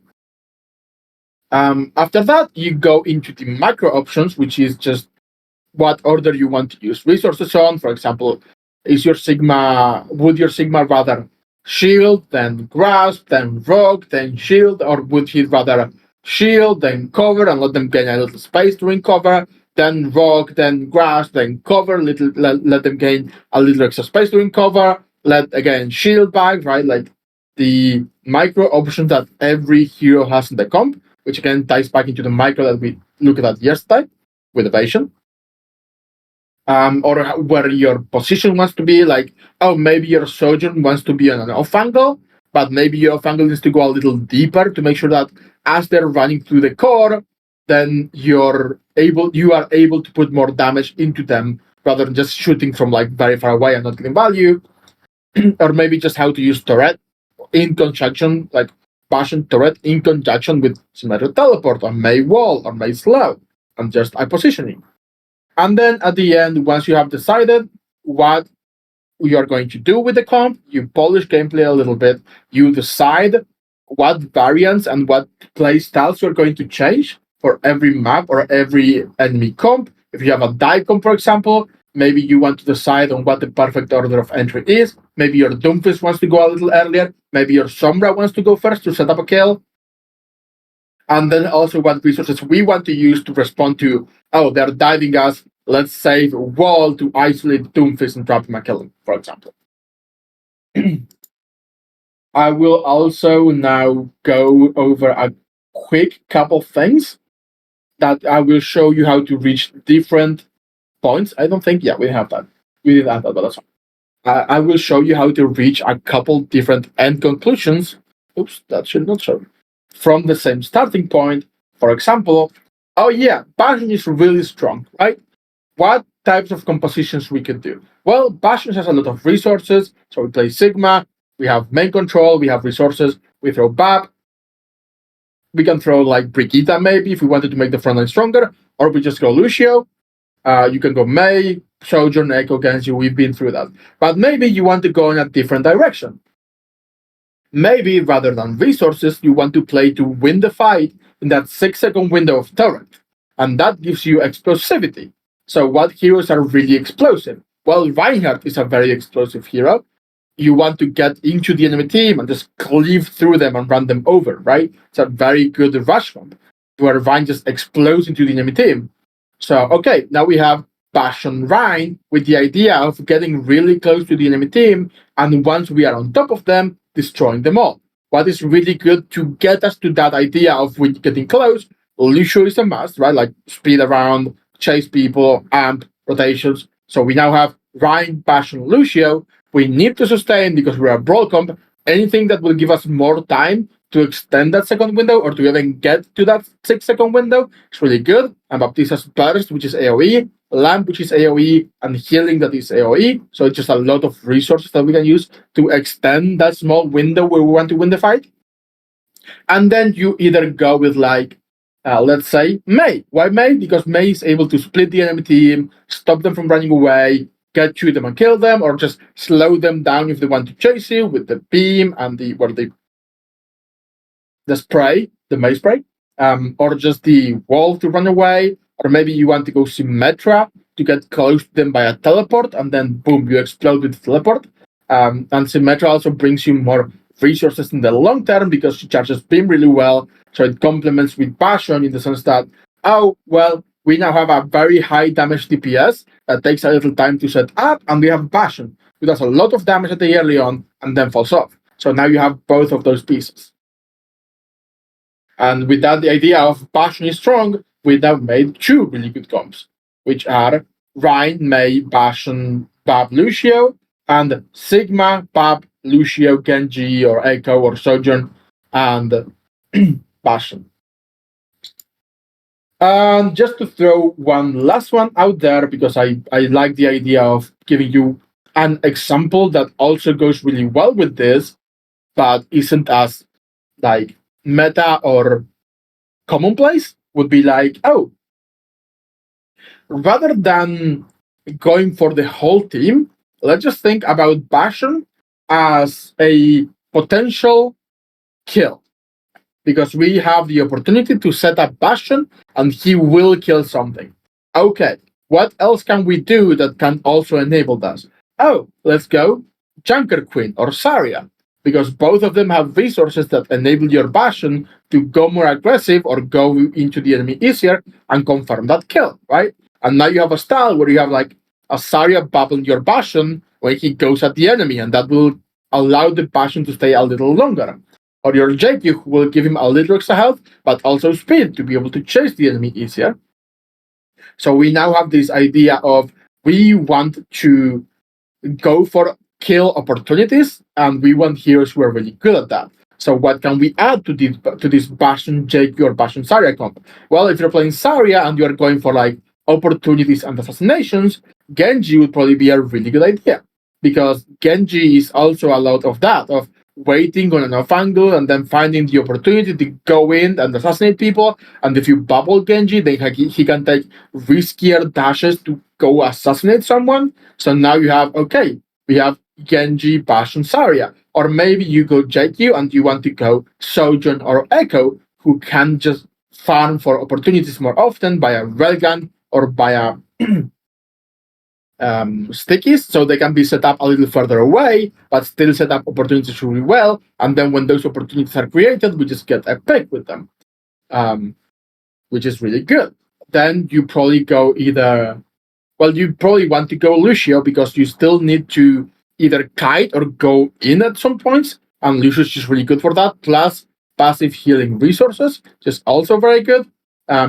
You could maybe play something else, but I think Lucio is still best for any comp that just wants to run at the enemy. I'm going to take a hydration break here, actually. Just give me like 10 seconds.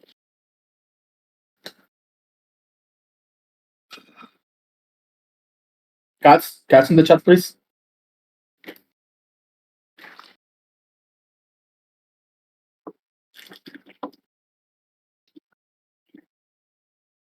I appreciate that y'all have found like 20 different cats at this point.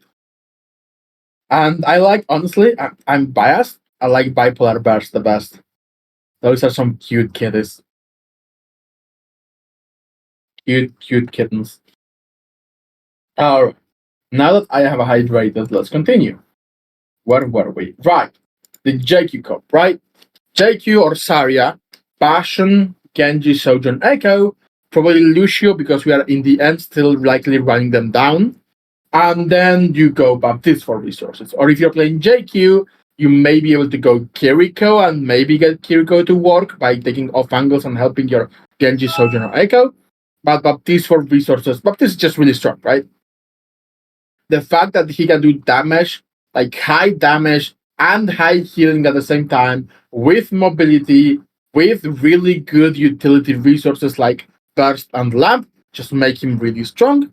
So you just go, oh, we'll throw up these, but you could throw like an Ana to again create that victory condition of, oh, we have a Basho who's gonna get bubbled, a Genji who's gonna get bubbled, and an Ana Sleep or an Ana Nade that might just win us the fight. So it's even more resources, right? So again, that's the general idea of how, oh, this is one thing that I think is really strong. How do we build around it? And 3 different examples of how you would build around that. I'm like 6 minutes early, which I'm happy with because I was going fast, man. And even though I was going fast, we only have like 5 minutes before the break. So I'm happy with that performance. Can I get judgment from Evasion? Like Evasion, did I go too fast? As the expert orator in the chat, was I going too fast? Was it understandable? Evasion's not even listening. Shakes my head. All right. I think that's pretty good for now. I could go on about something else if you guys wanted me to, but I think for now we could just leave that for Q&A and take the break now. If Prod is ready for that, we could just take the break and then we'll come back with a bot review. So we'll meet like 30-ish minutes for a bot review. I'm going to be building a low GM team, or like, yeah, high master slow GM, like say 4K, 4.1K team in a match. And we are going to look at a few things. Mostly this. You will see me use this a lot over and over on like every fight. And I've chosen the bot specifically to make this show. So I know how the match goes. I haven't bothered yet, but I know how the match goes to a degree, and I feel like it will allow us to look at this a lot. So I'm going to drop from the stage now and stop streaming, and we'll be back in like 32 minutes for a bot review. Wait.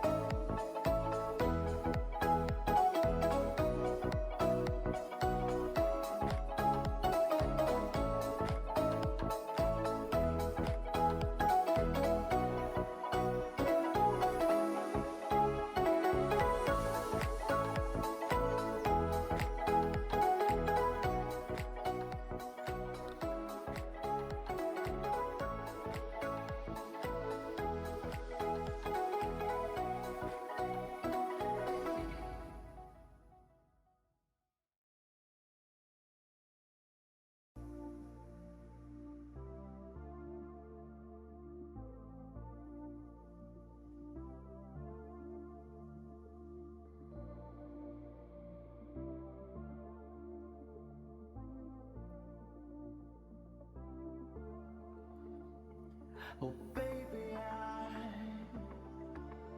I wanted you to be here inside my arms where the night goes down. Oh baby, I wanted you to be here when the sun comes up and the day goes by.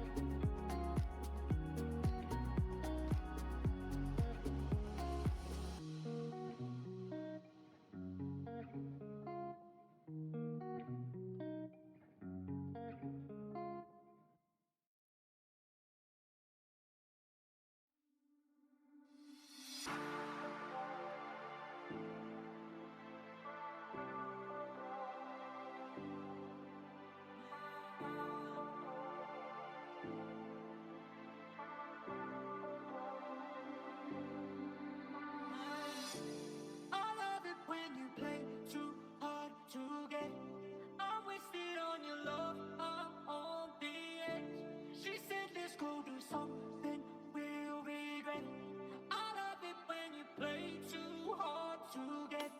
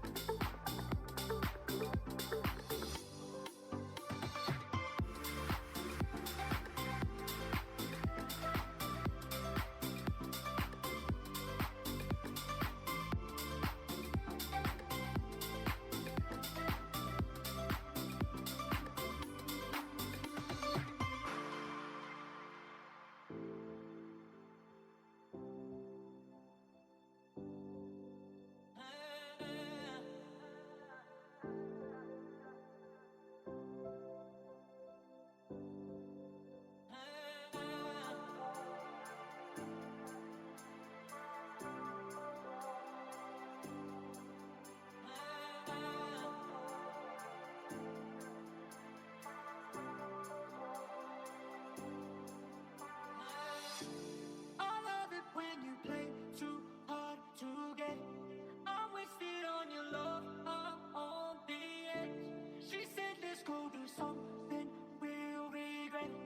I love it when you play too hard to get.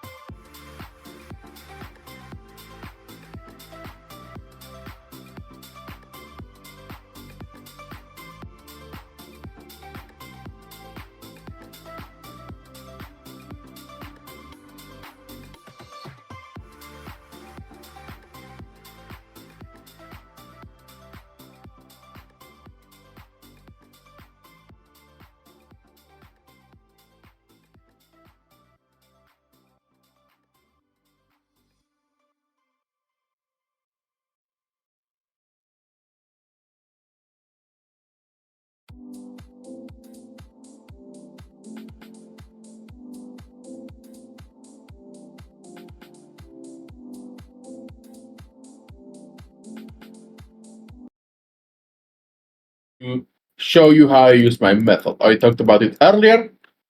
We are going to go over mostly a few things, like compositional matchups or when the win conditions are, how they want to play. I do use Epic Pen a lot. I know Evasion didn't yesterday. I use Epic Pen a lot. So if you are an Epic Pen enthusiast, that would be really solid. Like this is the part where you get to actually look at Epic Pen. All right, so we're going to do a lot of this. Oops, that's my. There we go. We're going to do a lot of this. I'm just going to pause right before the fight, and we can actually look at a few of the things I was mentioning earlier, right? Let's look at the compositions and how they want to play. Actually, I'm going to speed a little bit because, yeah, not actually Symmetra, you're just teleporting out. So I'm going to change this to 5 seconds and turn objective capture off. So, looking at the team comps, let's start with Team Red. This is a very, and I kind of mentioned this earlier, this is a very opportunistic comp, right? The compositional matchup is basically the idea of how close and how fast these teams want to play. And this team wants to play very fast with multiple engagement and mobility options, but you also have like very little poke. So you want to make sure that you're not taking any poke damage and just collapsing on the enemy, right?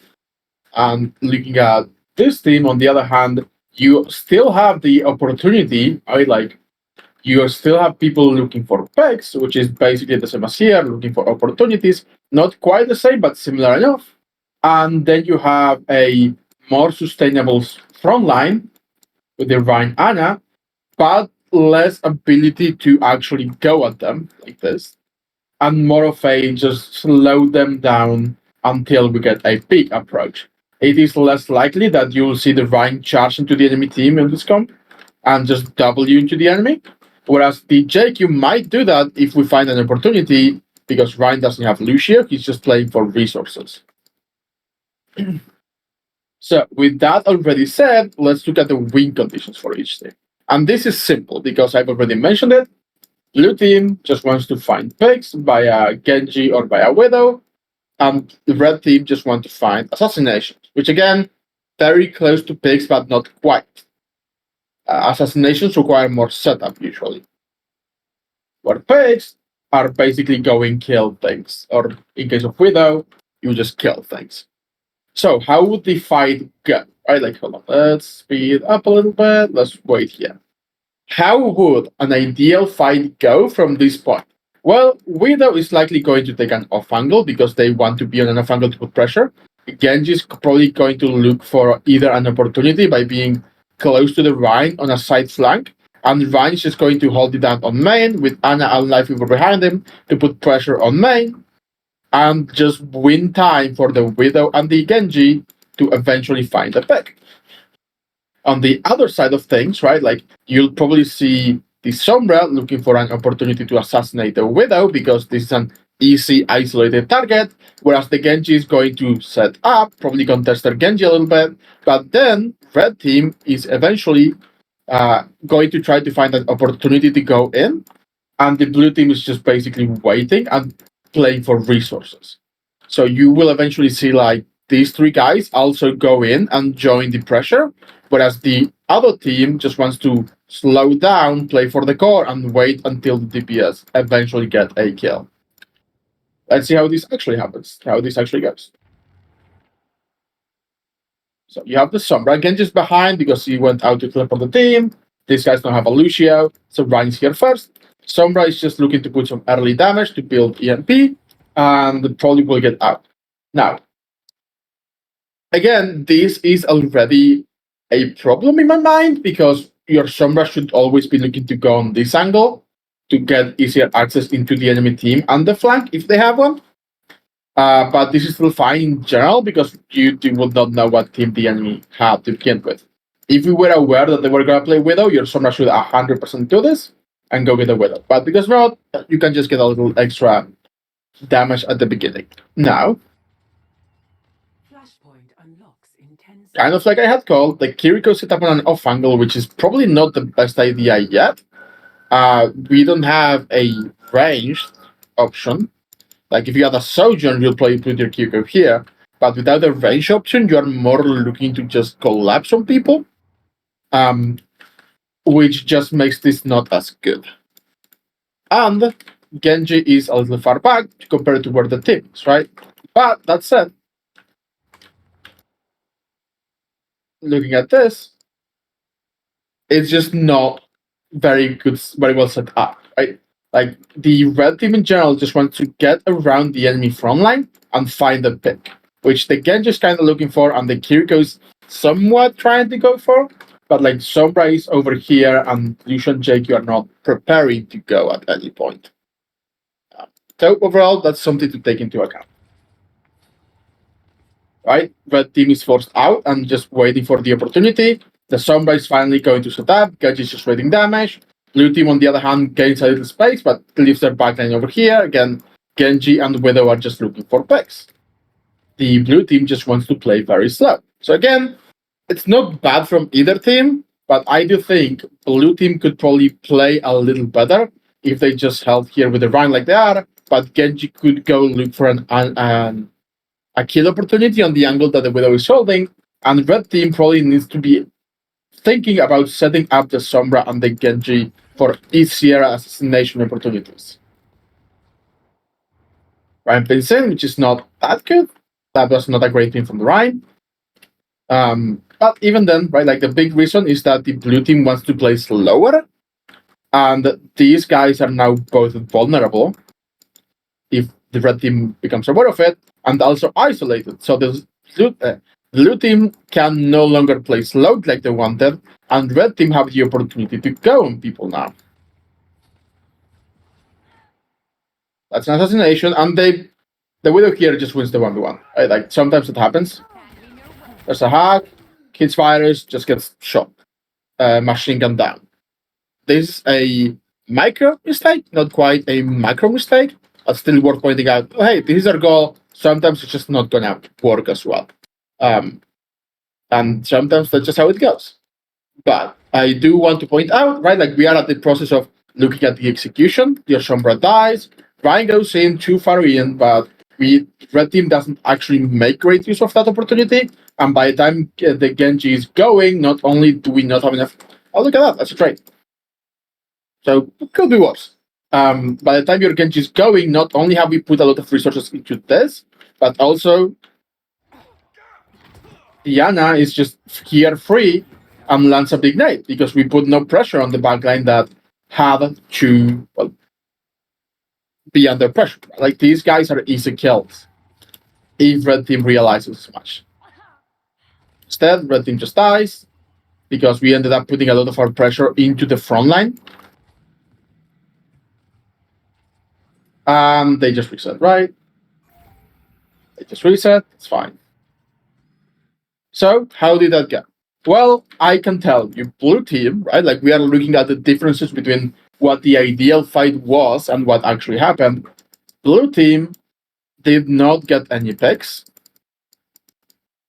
Instead, the way they won is by going and hinting a little bit and leaving their backline vulnerable, which is just not ideal at all. So you can now be like, okay, if you're playing red team and we realize this, we can exploit, oh, their Vine is going to go aggressive. We can use that window to get onto their backline.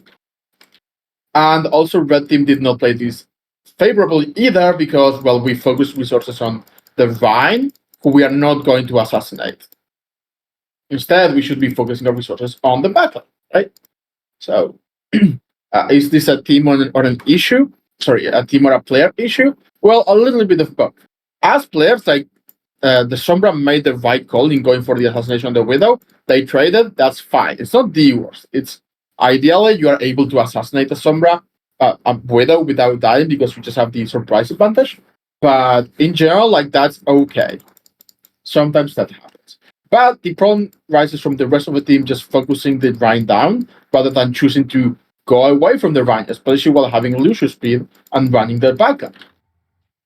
Let's see how the next fight goes, right? And do we have an ultimate? Yeah, there's Shatter here and nothing else on anywhere on the board. By the way, the Rhine just having Shatter just tells you how much value the Rhine got while in the middle of the enemy team. Red team, you just have kited out. Either way, let's look at the next fight, right? And while red team now has to consider Shatter as a win condition for the blue team, and blue team wants to use Shatter to win the fight, it's not the best ultimate at this because you can just switch through it if you're planning around it. Or if the rank is too aggressive, you can go around them and even bait the Shatter. So red team is setting up. That JQ's damage, we should top off the JQ, please. Thank you. And the timing on this is not perfect, but look at this. Assassination attempt, right? That's very good. Timing is a little off, and this is one of the things we mentioned earlier. But this is still a really good assassination attempt because the core of the enemy team is here, so the Sombra can get around and try to kill the Widowmaker. Again, we're going to look at this mostly for the micro.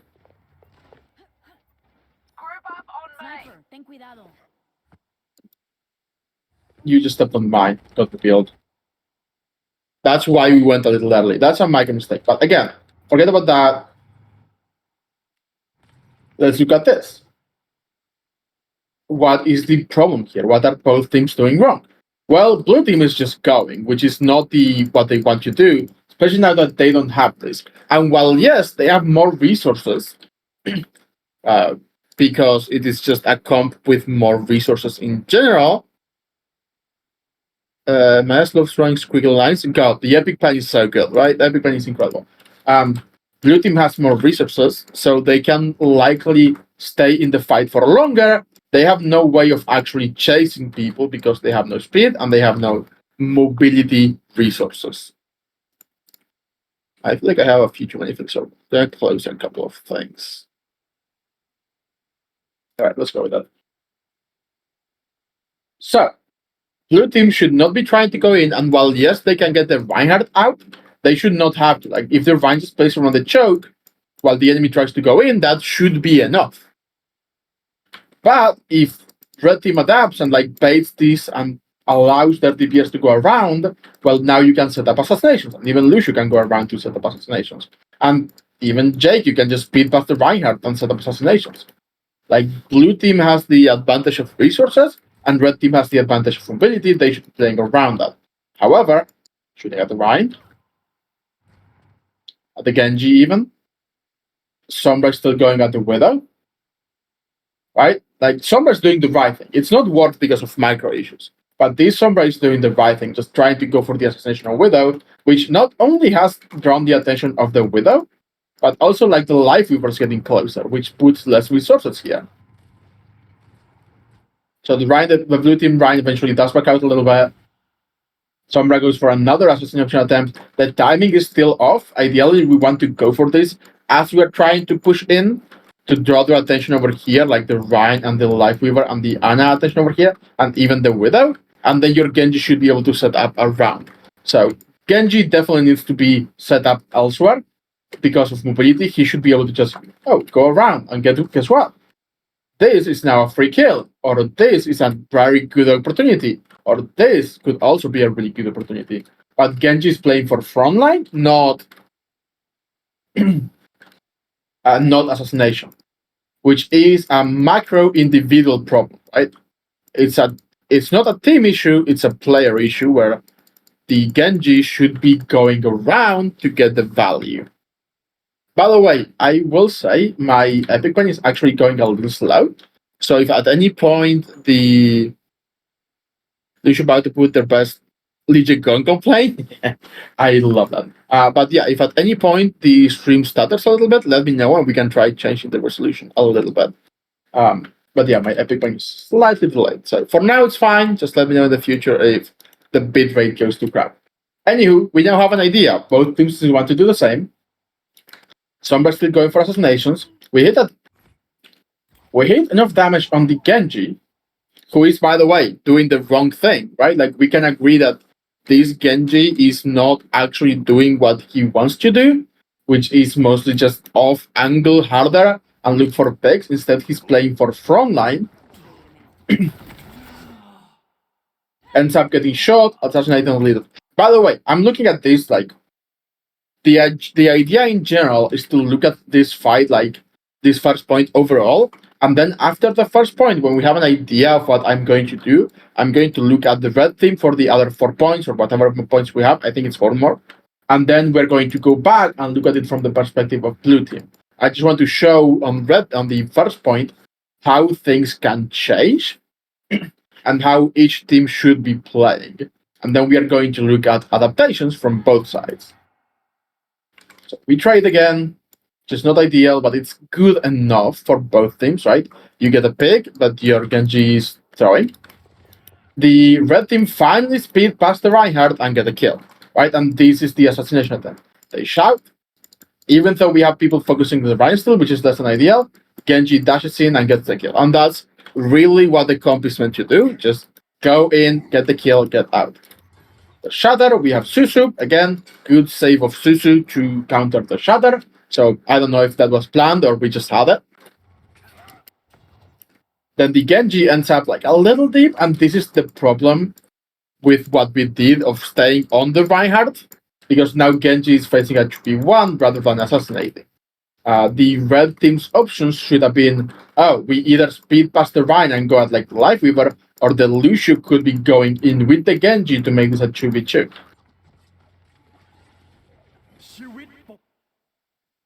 So blue team stabilizes.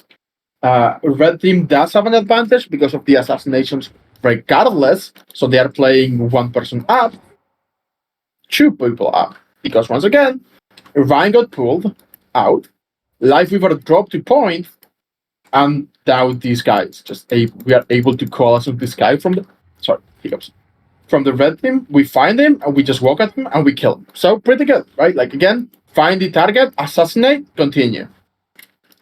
Find the target, assassinate, continue, right? Same deal. You are playing a comp that has really good assassins. And yeah, both Kiriko and Lucio are also surprisingly good at that, right? If you're good at Kiriko and you find someone who's not paying attention, you can just get like 2 headshots in a row.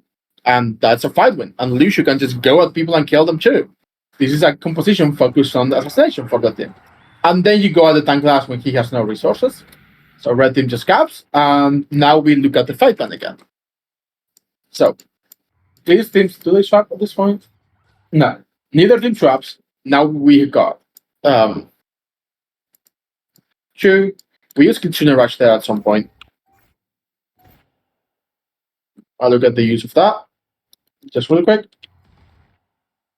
There's Kitsune. I don't know if we needed it, but it's fine. The blue team uses 3, red team uses that to counter, and that's like equal as long as we win the fight. In fact, blue team ended up using 2 ultimates and red team only used 1. So good for red. And now that we have ultimates, red team has the advantage on, oh, well, not only are they have more ultimates, they also just have better ultimates in general. Because, guess what? This is a fight-winning ultimate. Red team has no way to play around it. No Susu, no bubbles, no shout, no beat, no defensive ultimate. There's just nothing. Blade, same thing, right? Like you have no defensive ultimate for to counter this. You have no defensive resources. Maybe Lifeweaver can get out and pull someone, but if Genji just goes at Lifeweaver, that's kind of screwed. And then you got Beat, which you may need for Nanoblade, but that basically invalidates the Nanoblade win condition for blue team.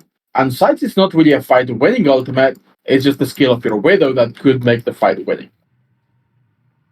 So now red team just has an alt economy advantage going into the next fight, and because the compositions haven't changed that much, we haven't had to go through all of the steps again.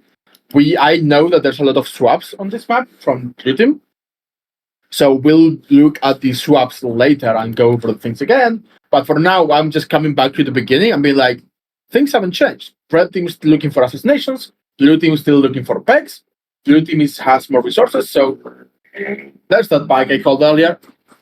Did you guys hear the bike that went by? Blue team just has more resources, so they can probably play safer. And if they play safer, it basically comes down to, can the red teams get assassinations on the blue team? Which with Lifeweaver should be difficult, because if like red team goes for the Widow, he can get pulled. We go for the Ana, he can get support, and Ryan Blue should be close enough. But in general, like red team is looking for those assassinations, and on this fight, you just have that advantage of ultimates to win conditions. There's Nano Rhine, but look at this. This is a big issue. Nano Rhine is good, but red team is doing something wrong here. And I don't know if I can ask chat. I don't know if how many people are listening on chat, but I would usually be like, what is red team doing wrong? Right? Like, what should you guys be doing? And you can just going too slowly. Yeah, more than going too slowly, it's just poking too much. You're wasting too many resources.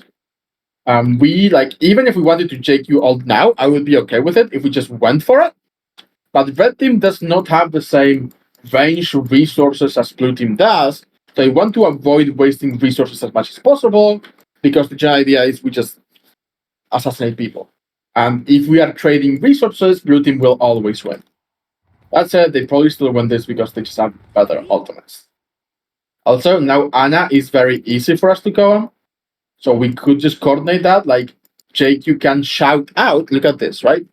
The JQ can use speed to kite the Reinhardt, and then the Lucio and the Genji can go kill the Ana. Maybe the Kiriko can help too, right? You can see how the general idea is, we can now kite you and we go assassinate people. Instead, the Lucio just goes away and the JQ actually goes in, which I think is the wrong thing to do. And then we beat. Beat is not great, by the way, because Lucio was so far back. But it's still the same idea of, oh yeah, you can just go in. JQ ends up chasing Genji, which is a bad idea, too much mobility. JQ should be going for Widow, these guys. Which the DPS are doing, I will say that, right? Like, the Genji is going for a fairly easy kill on the Widow, and the Sombra was trying to go for the backline, for the eye on the backline, who gets pulled, and then, like, translocates out into the enemy Reinhardt rather than a safer area. But, like, again, red team somewhat understands the idea. There was just a very big miscommunication between the front line and Lucia and the assassination, because their front line should be kiting and their assassins should be going in. This is still, however, very winnable because, like we said earlier, red team just has more fight-winning ultimates like played and beat. Go in, commit to the assassins, eventually just force the backline enough that forcing the Rhine to shield is just good, because Rhine has no support, so he has to have shield, and then you can either kill him or get past him without even having to worry about him. So red team does okay. This is the issue. 1, 2 ultimates, and the enemy team use 1 ultimate. Oh no, wait, they didn't even use that. They didn't use that. They used no ultimates. So red team had to invest 2 ultimates because of the lack of coordination and sense. Did they use nano? Oh, you're right. They did use nano. There you go. I was like, they didn't. Yeah, they did use nano, but it's just 2 ults for 1, and these 2 ults have definitely higher value. Nano's very good. Don't get me wrong, but both Blade and Beat are higher value than Nano. So it's still a point of, oh yeah, red team just had to commit harder with ultimates and did not play that ideally. However, they still have an easy way to win the fight. Whereas, yeah, blue team now has 1, maybe 2 ways to win the fight. It's just not as effective because Rampage is an incredibly good ultimate, especially for assassination. Poke probably should be trying to look for assassinations right now. Like, this Widow is just friend over here. Maybe we just haven't called the Widow yet, even though she took a shot.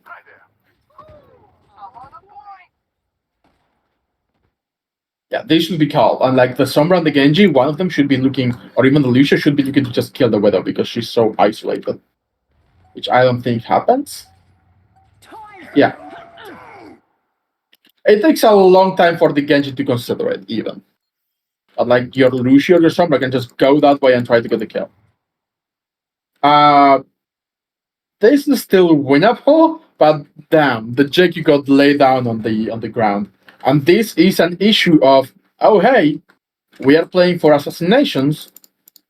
I don't need to stay and take this damage. I can just give them a little space, then re-engage with my ultimate. If whoever I want to kill is here. Oh, by the way, they also chase to Baptiste, so they're actually down the flex support as well. Like, if we wanted to go kill this Lucio, I would be fine with it. Like, if red team just presses the Q button and goes kill Lucio, that is fine. Like, you can collapse on the Lucio, and that's good. The problem comes, oh, you want to go kill the Widow through Rhine, through Genji, and through Widow's satellites. That's like a very difficult goal, and the JQ just gets laid down. And Lucio, I don't know how Lucio gets laid down. Oh, it was just ground Lucioing?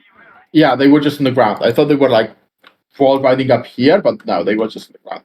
By the way, even we don't have Susu. Never mind. I was gonna say, even now we could probably still cleanse the Susu and continue, but we don't have Susu. Red team just doesn't have it. However, look at that. Vine is purple, so he can continue to put resources forwards, and also they were missing one support. So red team just manages to stabilize with Shout. This is an assassination. Shoot at one point. There's the assassination. Let's look at whether the Sombra gets an assassination. Our tank is red team tank is dead, but we forced the Genji, and that's an assassination. How does the Genji get forced? That's Blade, goes to the tank, tries to go at the Genji or the Kiri, has to dash out because he's dead, and then he's low, and then he's dead. So you can see assassinations happening. Blue team now has even more resources, and now red team cannot just kite because they are much of speed. They have to play around Shout. So things have changed, and I'm going to look at it from both teams' perspectives on the next point. So the Lucio dies, trying to go to this point. The Sombra just kills 2 people because assassinations are... When the fights go chaotic, assassinations are much easier because teams will usually spread out. Right? Just finds one person by themselves, goes get the kill. Finds someone by themselves, very low, no resources, gets the kill. Then uses range on the Reinhardt, Ryan just dies, right? Simple. Alright, let's look at the comps the team are running next. And let's compare them. Let's look at the red team first. Next 4 points, which is about 10 minutes in game, probably like an hour real life. Let's look at red team first.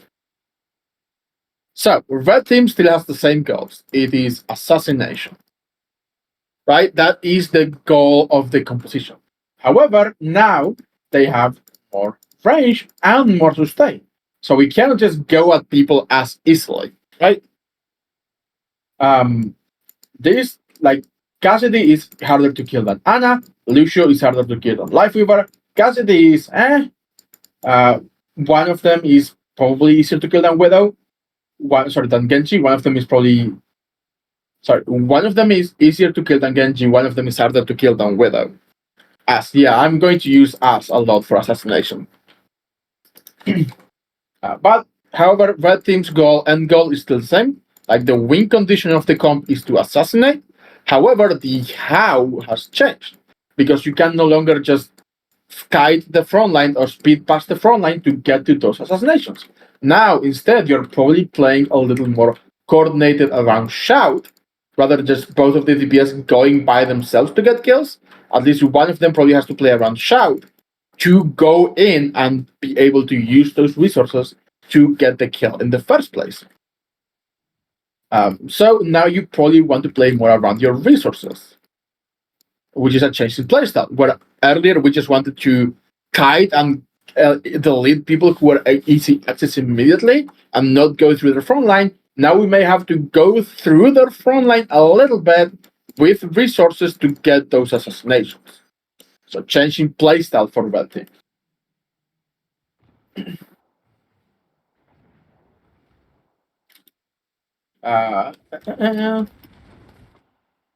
And again, we'll look at the teams, blue team's goals and perspective when we do blue team after this. I will also add, blue team just has major win conditions here, and red team has major win conditions on these ultimates, while blue team has nothing. So it should still be an easy fight win because blue team has just switched.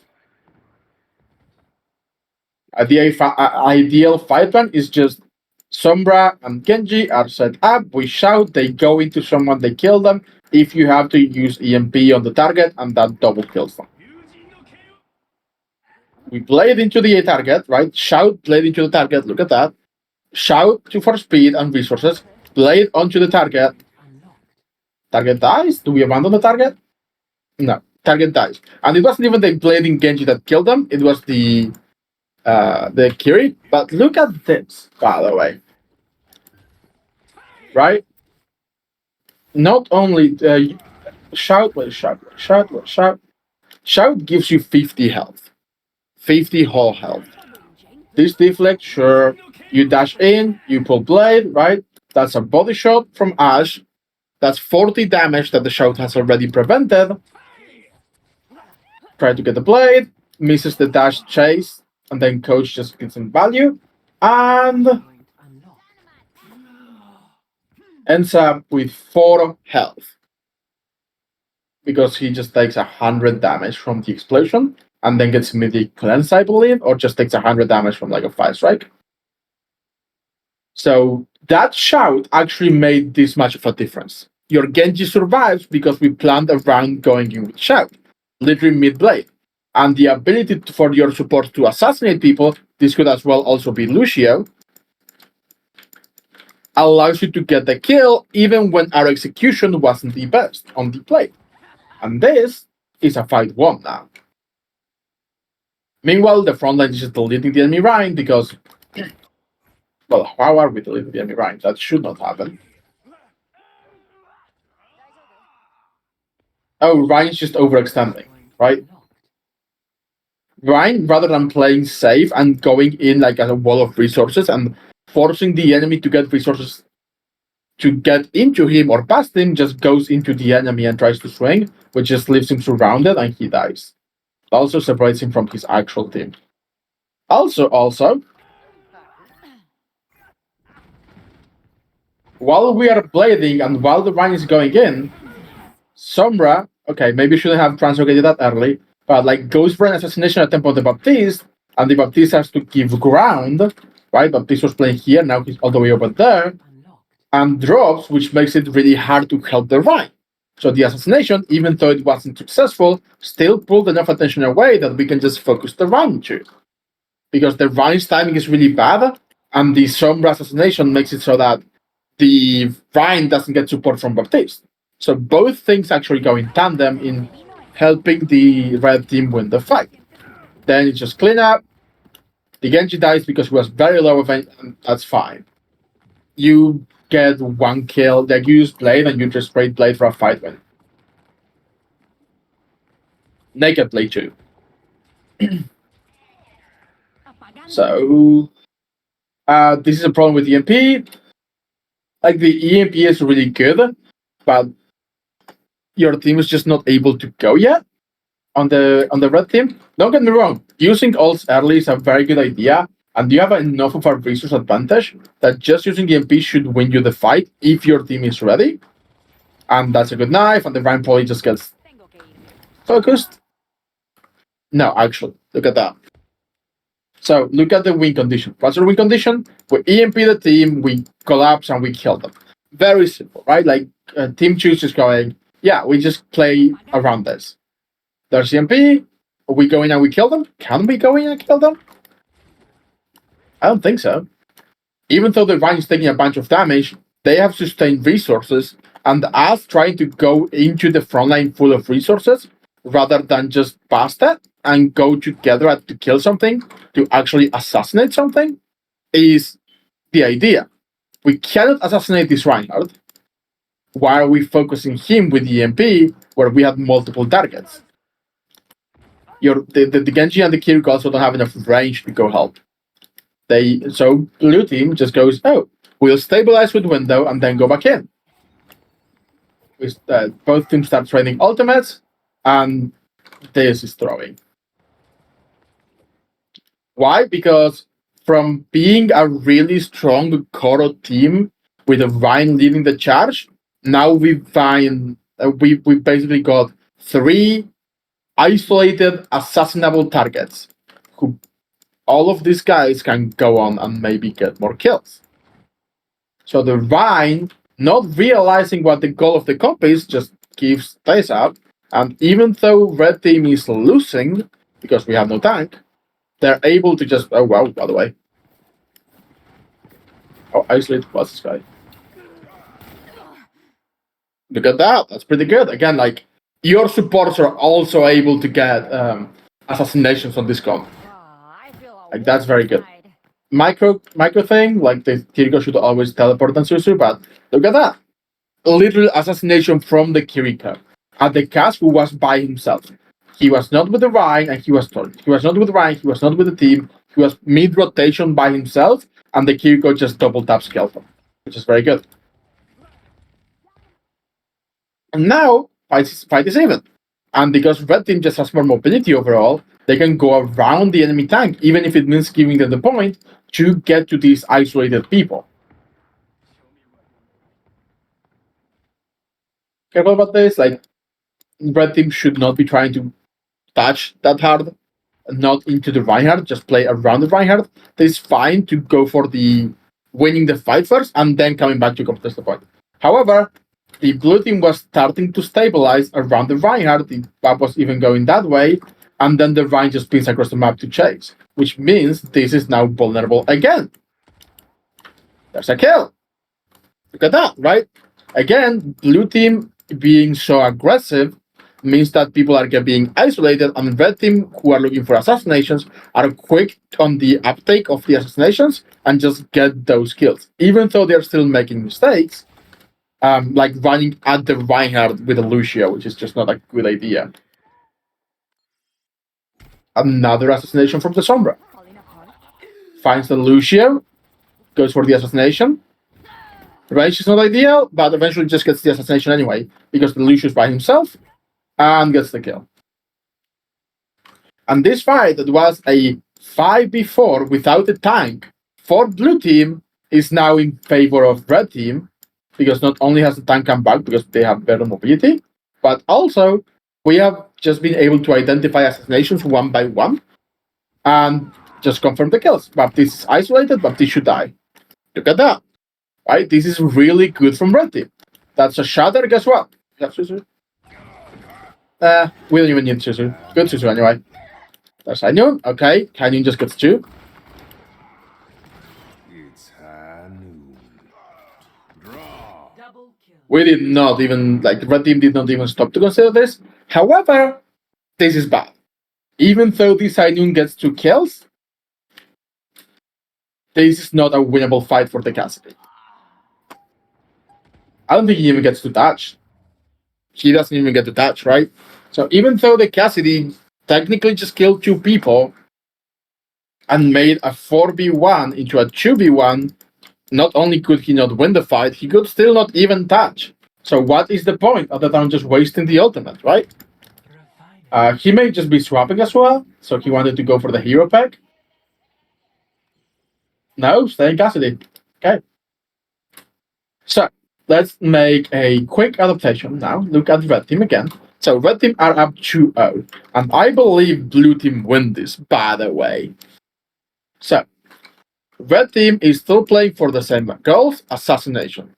Red team wants that ass.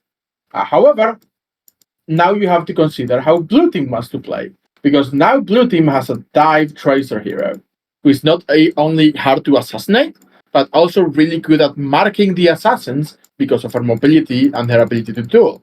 They also have a JQ who, with Shout, can stop assassinations. Right? It has become much harder to assassinate the blue team because they now have more specifically anti-assassination resources. Marking. Cass is a little bit of a weird one. You can probably still assassinate the Cass. But you can see that the blue team has geared towards a harder to assassinate style, and that means that the red team can probably play a little even more. Like, remember how we had talked about this earlier about, oh, we want to play for resources now. We want to play even more for resources now because we don't want to just go in and assassinate. We probably want to go in, or like go in with the DPS, force a resource, then get out and then go back in. Because if you force lamp, for example, and then you get out and you go back in again because before lamp is out, or you force shout by just shooting at the tank. By the way, Sombra Genji actually pretty good at putting tank pressure up because you can hack the tank and then put a lot of damage into the tank. If you force shout early, then you can just go past the tank and kill them. So red team should now be leaning even more into resources. And assassinations, like, this still doesn't change the goal of the comp. Like, the win condition is still getting assassinations off. However, to get assassinations, we now need to force resources. It's an extra step that we didn't have to do before. Instead, before we were usually kiting and buying time. But now we have to consider, oh, we may need to force this or this or this. Some resource before you go.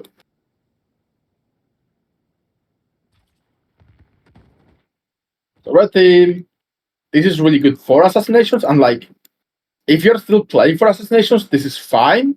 But again, ideally, your Sombra would probably be like here, right? And we can start trying to force resources. This is still not bad if you want to go for resources, but Cassidy, you doesn't have any resources to want. He just doesn't.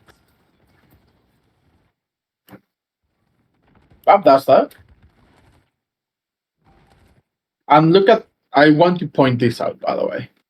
Even though Sombra is still playing the same way, now this style is less effective. Because while we are waiting, oops, I just fucked that up. The blue team now has more range resources, so they can, in theory, force resources out of red team before red team can force resources out of blue team. However, because of mobility, it's becoming very important. So, mobility. Red team can go around the enemy front line and try to put pressure early to force the resources while we play safe with the rest of the team. Examples of that are this Sombra just going at the Baptiste right now to both distract the Baptiste and maybe force burst or lamp. And that will give the rest of the team an opportunity because Bob is distracted, which if we focus the JQ, that could cause Shao to come out, and then we have Shao to come back in with. Alternatively, if you want to consider alts, red team could just literally rampage to force beat, to then counter beat and just win off of beat. But even at that level, it's just, oh, we still want to force resources early, and that is not happening. We could, if the team agrees to it, just try to force the JQ's resources early by a shout, by just putting pressure on the JQ. But instead, it is a very long time, and these guys, the Pap and the Gas, get to put a lot of damage into the red JQ, who is just not able to go. And this assassination attempt is just late. It's not a bad assassination attempt by any means, but look at this. Okay, that's a really bad, but regardless of that, right? The red team, who wanted to probably use Rampage first to force beat and to then counter beat, ends up using beat first because the JQ took so much poke damage. And the JQ took so much poke damage because our DPS were either late to pressure the enemy or not focusing on the enemy tank. And at this point, I imagine Blue Team just went off of that because they were able to trade 2 ultimates for 1, and also the ultimate they used also got enough resources that now the DPS cannot just go for easy assassinations. So eventually, Blue Team just went. That's a good kill, but Blue Team just went. Just be trading damage versus everyone? Yeah, absolutely. So now, do you have to make any changes if you are a red team? Do you have to adapt? Probably. Because the same way you've been playing just will not work. You've tried it, you've seen it fail. Your JQ is under a lot of pressure. So how can we change the playstyle or the comp to make more sense into what they have? One example would be, oh hey, Tracer's being a pain in the ass because she's just marking people really well or going for assassinations herself, and that's just getting them a lot of value. Okay, what is a good way to... There's two major things, right? Number one is the assassinations and the Tracer, who is able to mark people now, and that's very good. And number two is the frontline pressure, which the enemy honestly have more of because of the range. So we could change this. Could Jake Lucio hug each other with push and we ignore Tracer and push as well? We'll get into it. But the general idea is we can change both of these things, right?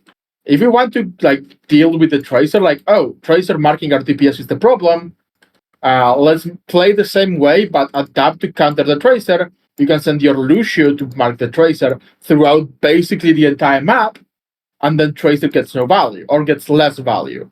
And then your DPS, without being marked, have the ability to go, and the rest of the team doesn't have to adapt as much, just have to not trade frontline pressure as much. Or if we decide to not go for that, the idea of we still want to, sorry, that's a TP, that should be Tracer. If we decide to still go for assassinations, because we really want that no, if you decide to go for assassinations rather than adapting to the frontline pressure, okay, your frontline needs to realize that they're not going to have the help. They are just going to be by themselves a lot, and then Lucio can help sustain by peeling for the Tracer. We can help avoid this by LOSing until your DPS go in, and when your DPS go in for assassinations, then you have an advantage. Or you can do the other option, which is, we can just increase our frontline pressure. Do we have enough frontline pressure as it is? Yes, if our Genji and our Sombra just play to get the fuck. That was my second fuck of the day. To annoy the heck out of the JQ. I'm not allowed to say the F word anymore, guys. I'm sorry. To annoy the heck out of this JQ. Because you can hack, you can put damage with the Genji, especially if you're playing out of the LOS of their backline. You can force the JQ back, win space, and win resources by focusing the tank. Could you do this by changing comps? You could probably do both of these things better by changing the comp, but maybe you don't want to change the comp, and that still works really well by adapting the playstyle. So now we have an idea of how we could adapt our playstyle. We either decide to lean even harder into assassinations, and we go like, okay, our frontline may be getting run over. So if they're going to get run over anyway, we're going to put our Lucia on tracer duty, so the tracer doesn't get to mark, and we just get to assassinate more often. And then your Jake, you probably use a shout to kite. Or you can go, okay, well, we'll focus the frontline now, forget the assassinations as much. Let's focus the frontline to force resources, which is the primary step. And then we go for the assassinations once we have forced those resources. If you wanted to switch, you could probably switch and be like, okay, do we want to switch to deal with Tracer? How do we switch to deal with Tracer? You probably either go a Tracer of your own to Mark, or you can go like Brigitte, or you can go Baptiste. Why? Because these are both heroes who make it harder for the Tracer to get value by both adding threat to the Tracer and adding sustain to the rest of your team. So you could just make those changes, and that would be like fine. Or if you want to go for heavier frontline pressure, you could also do the same thing. Brick and Bab are also both going to give you more resources on the front line. Or you could land your shots and killer. You could, but also if you do that, you are being distracted from putting help on the front line, and that means they just win on resources. So Lucio will be that. But regardless, Bab and Brick will help you bring more resources. Will help you bring more resources to the front line as well. But there's other options like just going bash. If the enemy is playing for resources and have more resources than we do, let's just fucking go. I said it 3 times. I'm bad now. I'm sorry, Chad. We just go Bastion, and now we have a lot more resources to put on the front line.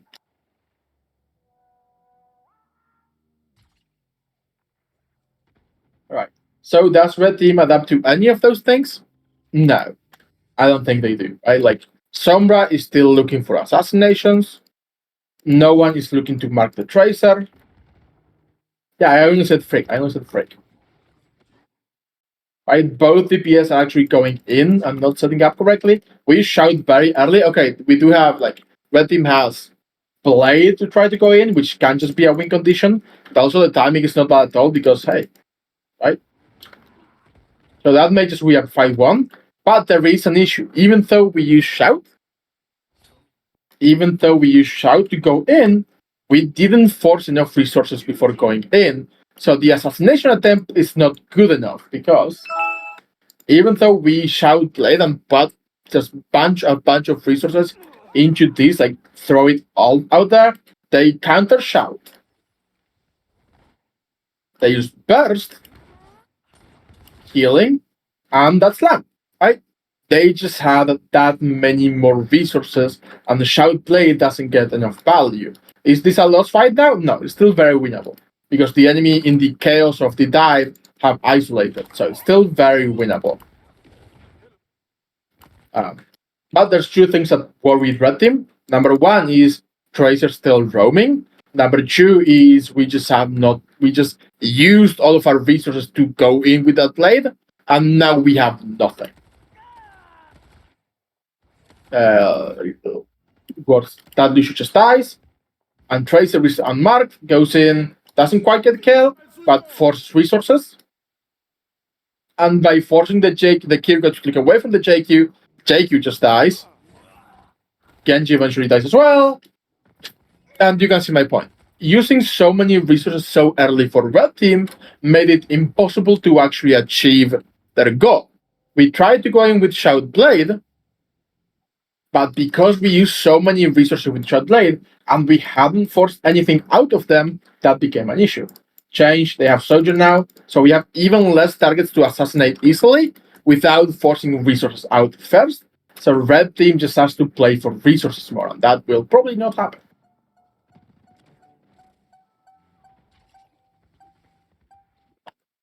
Right, like Sombra's looking for EMP, but this is a really bad timing for the EMP, and timing is a consistent issue with these EMPs. Like, oh yeah, this denies the enemy resources, right? All of the resources they have to sustain are gone for 1.5 seconds. So how long do we have to win this fight? We have exactly 1.5 seconds to get a pick. A single one. Then you win the fight. Who could you go on? Anyone you want. You kill the JQ if you can, that's a fight one. If you kill Sojourn, probably fight one. If you kill the Sojourn, you can regroup, stabilize. Tracer is not as big and they have no range damage. You stabilize your resources and then you go. If you kill the JQ, you have a tank advantage, so you can probably just continue going. If you kill Lucio, you have your own Lucio, so you can kite out, stabilize, and come back in without issue. If you kill the Baptiste, they have literally no resources, so you can play for a longer fight, and eventually you will win off of the fact that they just don't have resources to sustain throughout. You kill the Tracer, you can probably take a longer setup and go in. I know Tracer doesn't get TMP. Go in later because there's no one marking you, and that makes assassination possible again. So long as you're properly coordinated. The issue is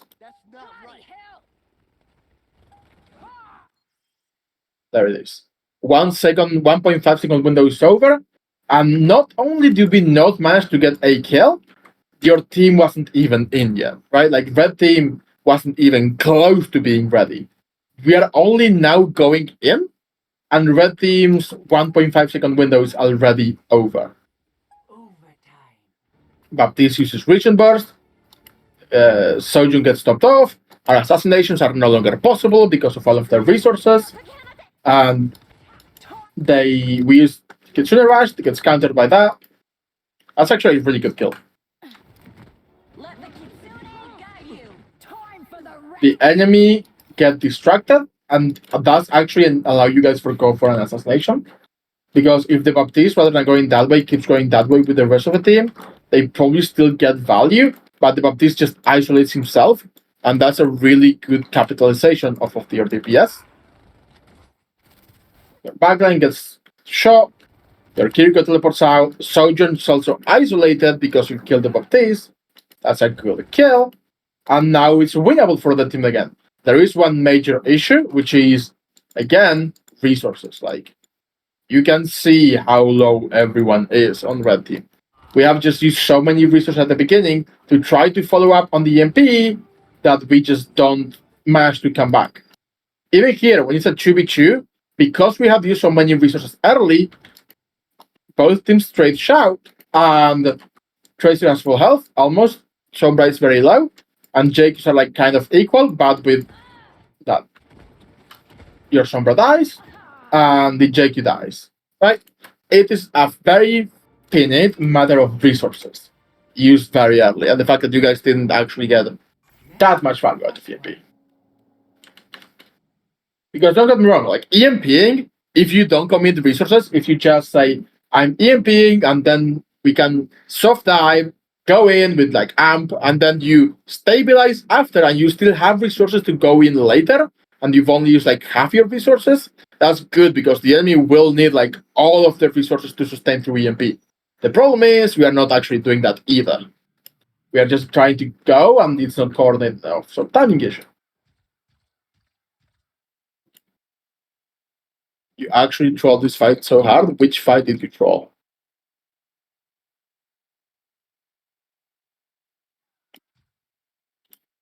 Freak moment. All right, let's continue. So team comps are still the same with the Tracer Sojourn to make marking and decrease accessibility being very good options. Baptiste is really good for resources, which allows blue team to play for a stronger front line, whereas red team probably still wants to go for assassinations, but needs to force some resources out before doing that. This is really good. Got the Sombra. And Nyx did like have a really good game after the first point. Like the first point was not very good. But like look at this, right? Oh, there's an isolated target. This should not be happening because the enemy team have a comp that plays very well for anti-assassinations, but we found an assassination opportunity. We can skip the resource forcing part if we are able to get this assassination. Even here, in perfect theory, like the soldier would immediately slide back to the team, and when you start getting hacked, and then the soldier has forced slide, and we can now go to assassinate the soldier. So this would ideally be a resource soft dive to force the soldier to slide. Then we can follow with the team and kill the soldier, and that would be a good assassination attempt. So ideally, this would be like a resource forcing soft engagement, but the soldier doesn't actually slide away.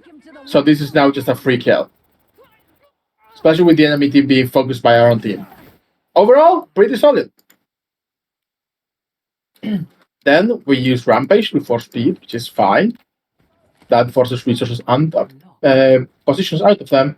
JQ goes a little too deep, I'll say, but look at this. Just by the JQ forcing and taking so many resources, now we can go for assassination attempts. The only problem is this, and this should be being marked.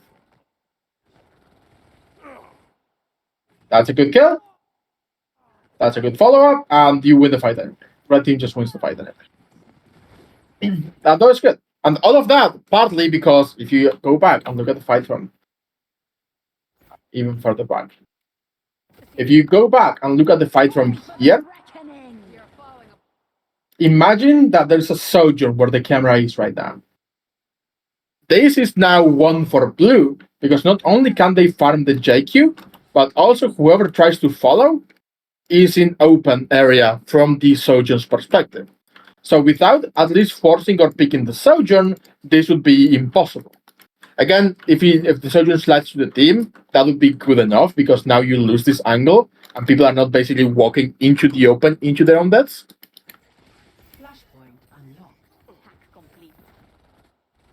And eventually, like, look at that. Isolated targets, 1, 2, 3 people collapsing, while the Jake gets 3 damage. And this ideally would be being marked to allow these 2 guys to just kill here.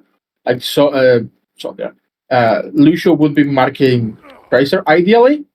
So, like, this doesn't happen. Like, the Tracer doesn't get to go on someone. But regardless, it was still a good fight.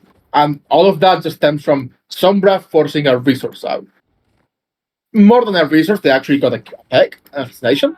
But ideally, that would be like, oh, we force slide, we now have our Sombra here, and we can just go in and kill the Sojourn, because we can just surround her with the resources, kill the Sojourn, and we have the advantage.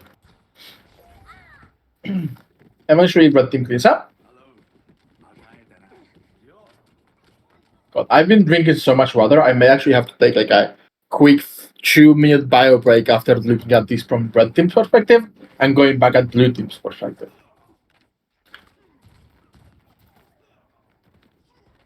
All right, let's think about win conditions. We know what the default playstyle is. Look for resources, then assassinations, and this one is frontline pressure and pegs. Why pegs versus assassinations? These guys have to actually get closer to do assassinations. Genji can technically do assassinations from a little bit further away. You could call this a peg, not quite. And then Tracer and Sojourn are more individualistic, well to the face kill, or just one clip kill, which are more like pegs because they are less reliant on team resources.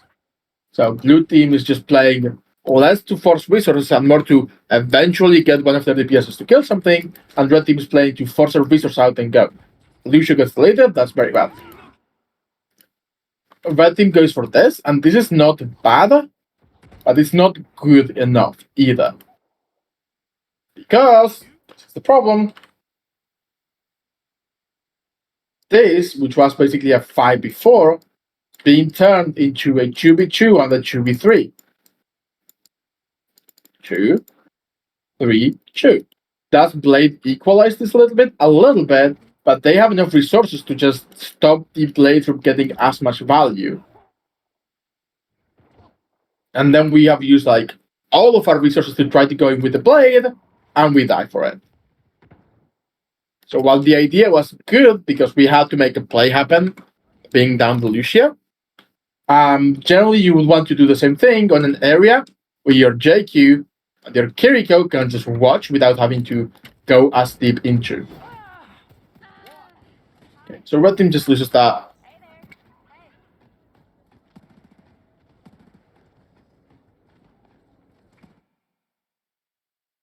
Never seen coaching in Overwatch before. That's very cool.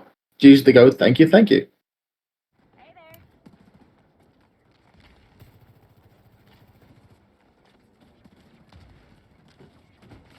So, how have things changed for both teams regarding win conditions? Well, red team's win conditions are pretty simple. You plan to EMP people and kill them. You have to time this correctly and force the resource, like force the positions, even if it costs you resources, to be there when EMP hits. And then the enemy have like two really good fight-winning ultimates that we could counter with our own defensive ultimates as well, or with Suzu in case of this. Ideally. Again, the Tracer gets to do a little free damage behind, which is not ideal. And we are beating in, which I am okay with this, if and only if we are actually all going in with this. That's a good kill regardless, that's a good assassination. And you don't actually need to force resources without before assassinating people if you're just beating in. And I'm fine with this. That's a good idea. But then they counter with their own shout, the rampage, sorry, and we don't have Susu for it. Do we miss the Susu? Time for the reckoning. Yeah, we just throw Susu at the enemy JQ, I think trying to save the Genji, and that loses us the fight as well. But generally, like, the idea wasn't bad to just beat engage. The problem was that we were not just ready to go immediately with the beat engage. Because I'll say this, right? Like, if you have beat, and beat counters both of these ultimates, if you go in really quickly with beat, and they use the ultimate, you already have beat for it, and you may get to kill them during the ultimate. If not, you are just going and winning the fight without them using the ultimates, which is fine because you've won the fight. EMP is a little late at this point. May still be winnable because we used 1, 2, 3 all ultimates versus 1, 2. And the fact that the enemy are not using anymore means that you can probably just confirm with resource advantage via the Kitsune. But the Kiriko makes it much more unlikely. Yeah, red team actually loses a fight where we invested more ultimates because of just bad engagement timing. Right, last point, right? And they use Kitsune and Rampage, and Pulse, if you want to count it, against EMP, this. If you want to count here Pulse Bomb, I don't know if it was this fight, I believe it was. Then yeah, but also we are not marking the trades. Like, if they use Pulse this fight, look at how much Pulse charge they got back. That should not be happening if the Tracer is being marked.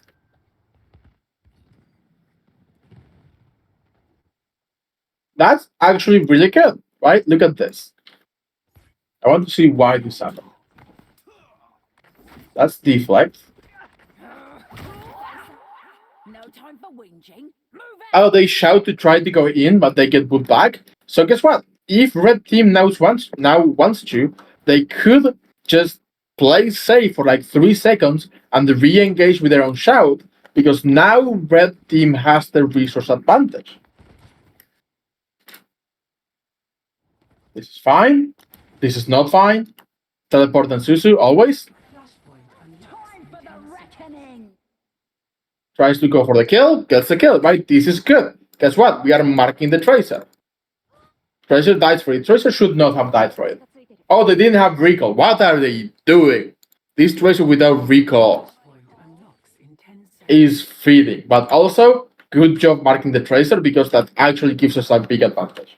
That said, we need to coordinate around this because the rest of your team is now down one person. That's a really good rampage. And we just have advantage, right? Like, red team just wins this, cleans up. So that was very good. By forcing shout early, we were able to not only force like the Tracer to try to commit and then kill her because we were marking the Tracer, but also your front line was able to sustain through that with our own shout. Then we came back with an ultimate and won the fight. Do I think we need the Rampage? I don't think we needed Rampage, but I'm fine with us using it if it wins you the fight, so long as it's like one ult versus no ults.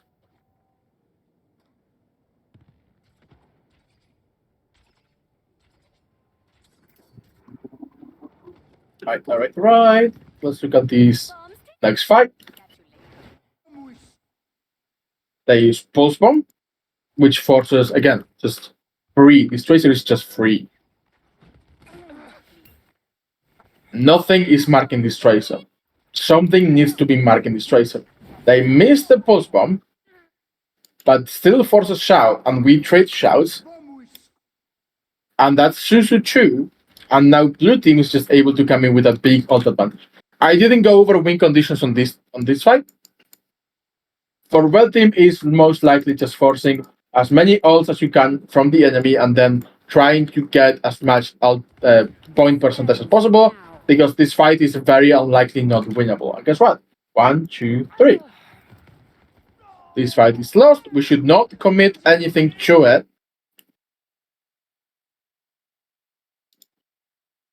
No, we don't have to head edge. G with the top tier coaching. Oh, thank you. Remember when I just said we should not try to commit anything to this fight? Because they use 3 ultimates and we can just come back the next fight, win the next fight with this, and then we have like 3 ultimates in the bank to just kill people with. This is just alt economy planning, just fine. Like this fight was really good for Brett overall. We relied on our positioning, we forced resources. Tracer was not being marked, so that was a problem. But other than that, we went in aggressive with Shout and forced enough resources that they had to use ultimates. Then they just overulted as well. Like we probably should have disengaged after beat and pulse, and then gone to point. And then after we stabilized, they pop OC anyway to win the fight. But we did not need to use the play. That is overulting. We should not overult that. That was a very easy fight to see. They use 3 ultimates. We have 4 ultimates next fight. We just win with 4 ultimates.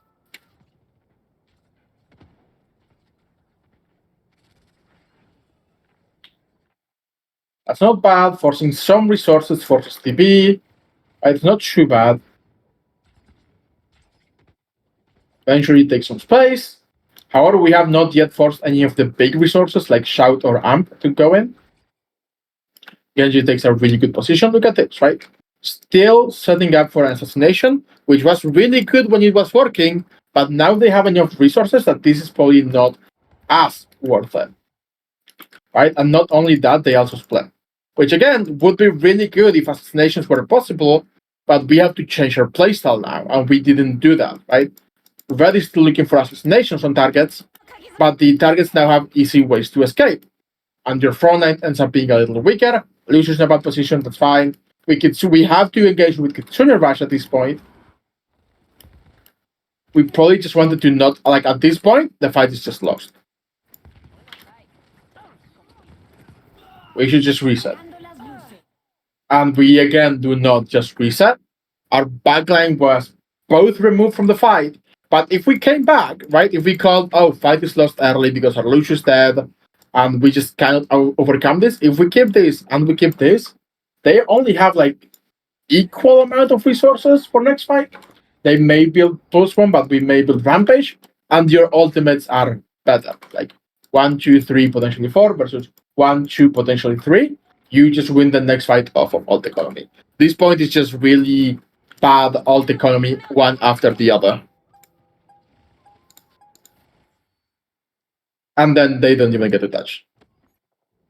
So yeah, hopefully that is good enough. I will say I really have to go to the bathroom. Well, I'll take like a 2-minute break. Turn my camera off. I'll take like a 2-minute break to go pee, and I'll be back to go over Blue Team's play.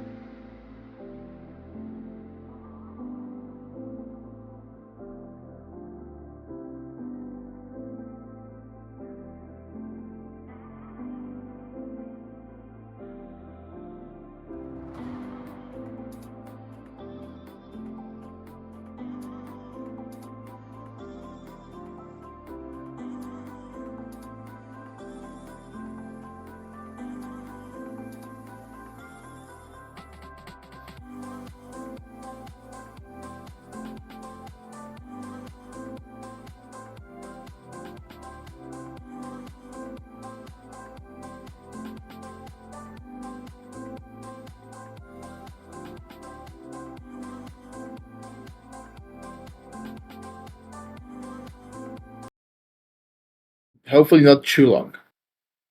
Is there a reason that Kiri is being played over here besides mobility? I see Bab being run a lot more in this comp recently. That's just Bab being really good. Like eventually, that's like Bab is just really good. He gives you a lot of healing, be pretty good damage. He's got a lot of resources, like defensive resources, and his ult is usually also really good.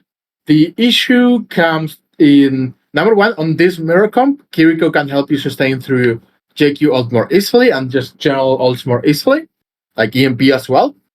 But mostly number two, Kiriko also gives you the opportunity to assassinate people over just consistent resource damage. If you were playing, say, a JQ Bastion comp, you'd probably want Baptiste 100% of the time. Right? If you're playing any resource comp, you probably want Baptiste.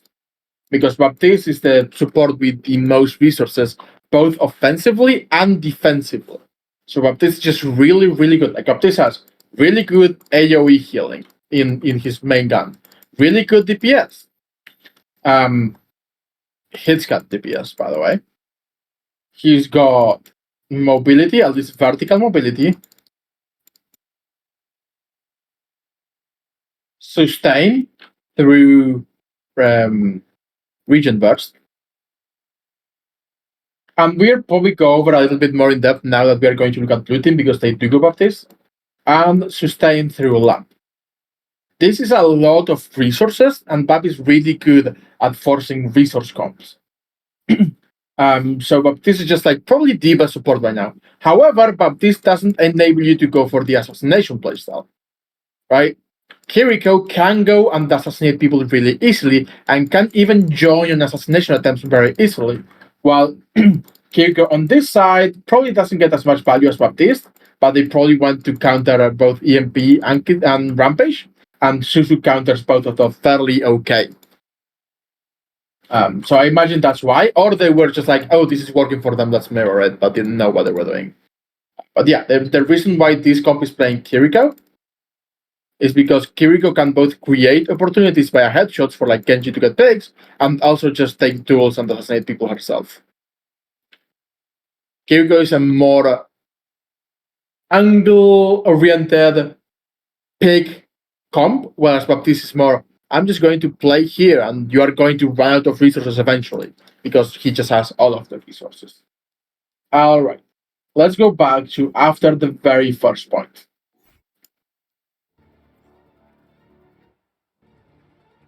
Where changes just start to happen for both teams. Not for both teams, sorry, for the blue team. So let's look at blue team now. Mine is dead. For mine to respond, there we go. Blue team now knows what the red team is playing, and they're playing for assassinations, right? With that in mind, they probably want to go with a composition that is harder to assassinate, or at least that can make it more difficult to get to people to assassinate. With that in mind, like the Ana Lifeweaver are now replaced for heroes that are harder to pick, like Baptiste for resources, and Lucio, because again, just also really hard to pick. Like Lucio can mark Sombra fairly well and can mark Genji okay. Lucio is also important to speed run around if necessary, which they didn't have at the beginning. But also, these heroes who, while being a little bit easier to assassinate than the rest of the team, are also able to put ranged pressure. Changes things, because now, while the enemy, like on first point, the blue team were looking for picks by a Widow, by a Genji. Now they are looking for resources, right? This has changed a lot, right? Like you are forcing resources early, you have a lot of resources to spare, you are probably just playing to win a resource war. How do you win a resource war? Playing very defensively and forcing the enemy to spend resources to come to you, maybe even kiting them out to come to you. Let's look at this. With that in mind, also like again, let's take into account the massive ult disadvantage. Taking that into account, Blue team probably wants to force a long fight using their resources, where the red team has to spend as many ultimates as possible. But look at this. Isolate the target, isolate the target, isolate the targets. And Ryan's just not stopping anything, right? The goal of this team is to play close enough together that assassinating becomes more difficult while using Ryan to stop the enemy team from walking at you. And they're doing neither of those things, right? This is a very good example. This Ryan is doing nothing, and no one is close enough to each other to help immediately. Right? Like, even here, there's a mistake here from red team, but okay, well, what are they actually going for? Because the bad was isolated with forcing him off the high ground. The Ash was isolated, which eventually just gets her killed. The Vine is isolated, which just gets him killed as well as soon as Bap is taken off the picture. And the Bap and the Lucio and the Cassidy just don't know where to look around, and eventually just lose the fight.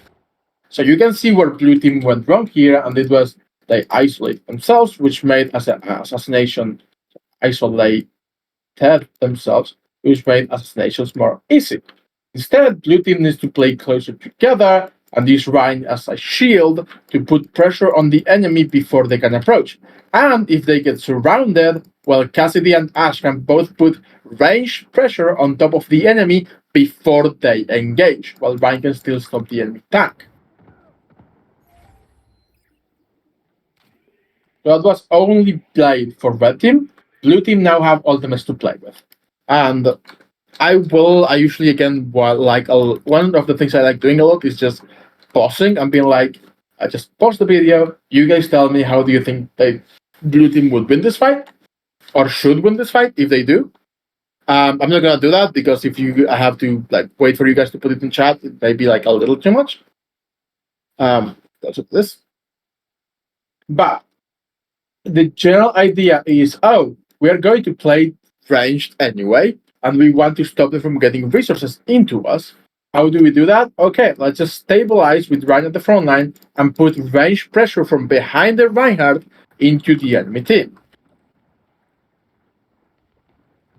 Which they're going a little too early here because they're not all ready, but it's actually kind of happening, right? Like the Ryan is front lining, the Cassidy is able to put damage, the Ash is being able to put damage. So EMP happens, and even though the team gets EMP'd, the backline is able to use resources to sustain through EMP. The enemy chooses to focus the Ryan, which is the wrong idea. They shout, and immediately here comes a window. But look at this. Even before shouting, the enemy JQ is being put under a lot of pressure. There's dynamite, two people shooting at them. Lucio probably about to boop her back into the yellows of the window, and Ryan just shielding the rest of the enemy team. So now we know how blue team wants to do this, and the execution was good, right? Ryan on the front line, people behind the Ryan, putting range pressure and making it difficult to actually get in.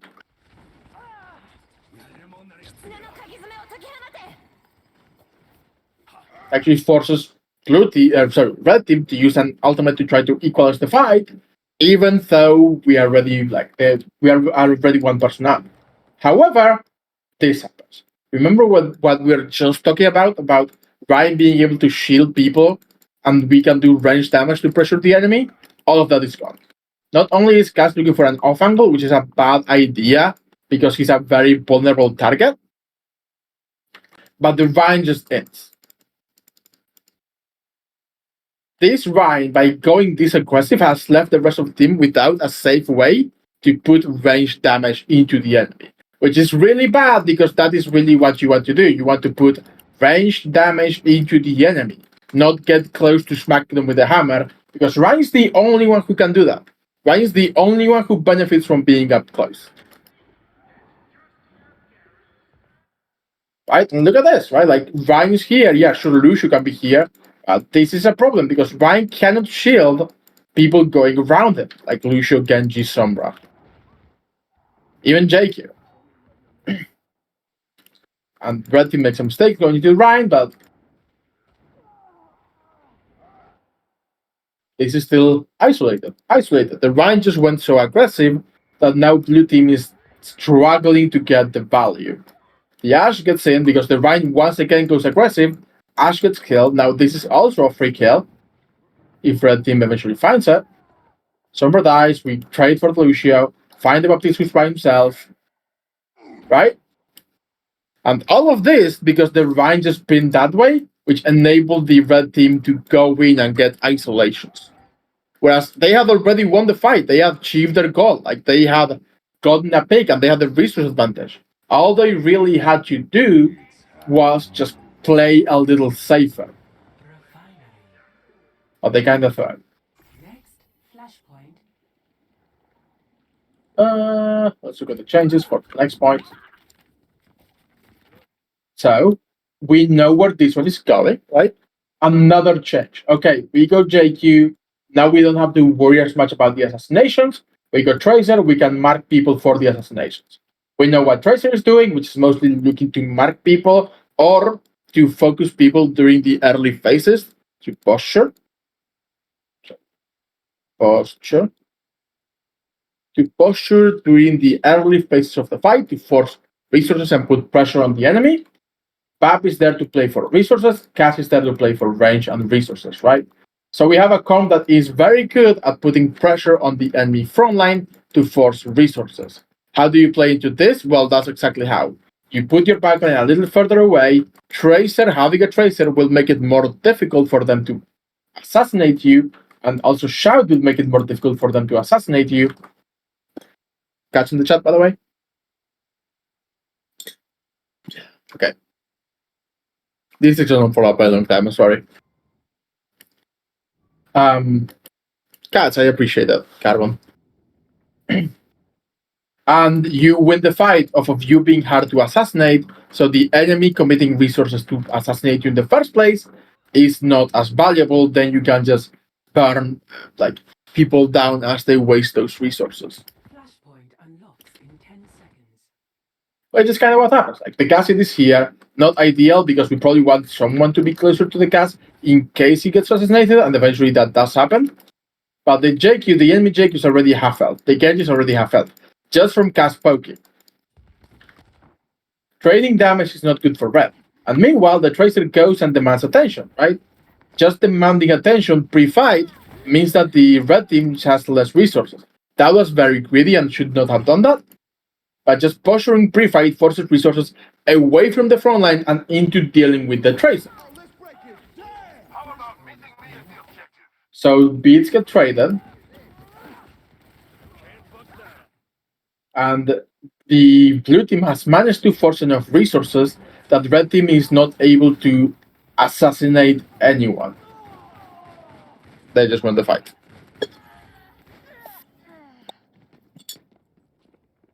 So what is next for blue team? Same thing.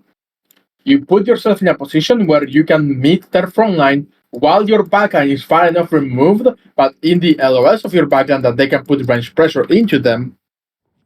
And thus you are forcing the enemy to have to use more resources to commit to you because your backline is further removed and have range. And you have way to sustain through assassinations. And other than that, you just play for like, eventually we will force enough resources that we can go in as well. Or your Tracer will just get a pick. And again, this is kind of happening. You can see the Cash in a really good open area where he can put a lot of pressure before the enemy gets to him. The problem is, he's probably be easy to assassinate. It would be better to put like the Baptiste a little closer so he can help the Cassidy and also put pressure on these angles. The JQ can stop the enemy and go back if need be. This is not good for red team. This is really good for blue team. Right? This is actually better. Look at this. Strong core that can put pressure on multiple angles from the strong backline. Ideally, like the backline would be a little further away, but it's still good. Blade comes in, and they have the resources to survive through Blade, which is really good. Should probably stay in the emo. Should definitely stay in the emo. Tracer comes in to do a bunch of damage with both. Lucio just goes ahead to hard and dies, and while red team flips this, it's probably still a blue team fight when because of resources. And just the fact that if I go back and look at the beginning of the fight, there's Blade coming. With the use Shout Blade, that's one shot before he even goes in, and then misses a bunch of them. But gets hit by, I think he gets hit by JQ, by the blue JQ. Yeah, I think he gets hit either by blue JQ or like this. So he's like not enough resources able to force. And before he even gets on top, that's already taking damage. Shout is basically gone. Then resources to sustain, that's teleport and Susu, by the way, to try to help this. Enough resources to sustain, more resources to just delete the enemy if necessary. Lucio should not have taken that. Lucio dies. And even though red team caps for a little bit, blue team, by using resources to their advantage, even uses window, I don't think they did it, even uses window, managed to turn the fight around after even getting bladed. Now they go Sojourn because Sojourn gives you basically the same deal of we can do a little pressure range and we have the threat of one shot, but we also have mobility, so we are even harder to dive.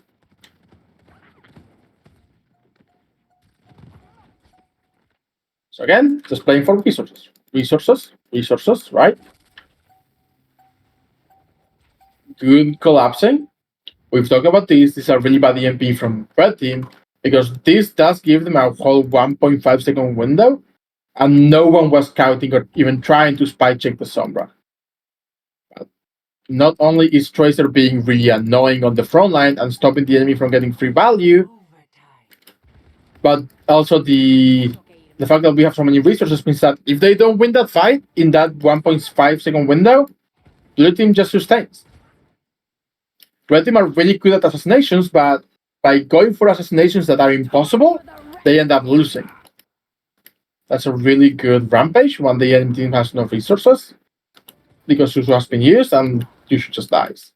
Even though red team does manage to kill the Baptiste, not only are they very spread, but they're very low on resources. Like, look at this, right? The range by a Sojourn and Bap and the sustain resources make it so that blue team are actually really good at surviving assassinations, and by red team not trying to force those resources before going in, blue team is able to win almost every fight just off of, oh, you try to kill us, we just lump, we just burst, we just amp, we just slide, we just shout, we just recall. Everyone has a way to get out of an assassination.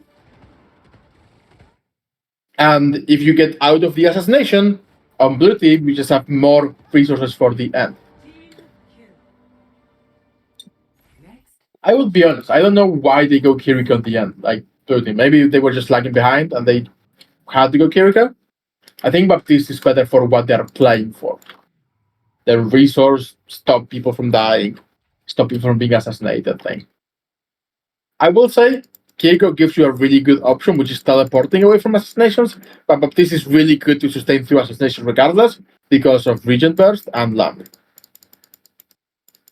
So it's not like Baptiste is easy to pressure, and the blue team should be playing for that early pressure regardless. We know how this fight goes. We give them a free assassination attempt, and they take it. Then we trade ultimates, but at this point we've already lost one. And by not having enough resources and just being down one person, blue team loses. Because as soon as the resource scales deep in the favor of red team, it just doesn't roll, right? Once you are no longer able to sustain through assassinations, everyone just dies, like really, really quickly. And that's what you see happen here. So red team has really good assassinations and really good cleanup, but blue team can make it really difficult for them to get to that point in the first place.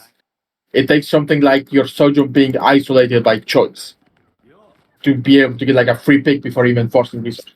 They go Kiriko now. I imagine that's why they went Kiriko, because, oh, our Baptiste can get isolated very easily and has to play close to our JQ, but we can put Sojourn and Kiriko closer together, and it's harder to pressure them out. They didn't really have to. They could just play the Sojourn closer to the team. But I don't mind the adaptation if that is the idea of we can have Sojourn on an off angle only if Kiriko is with the soldier.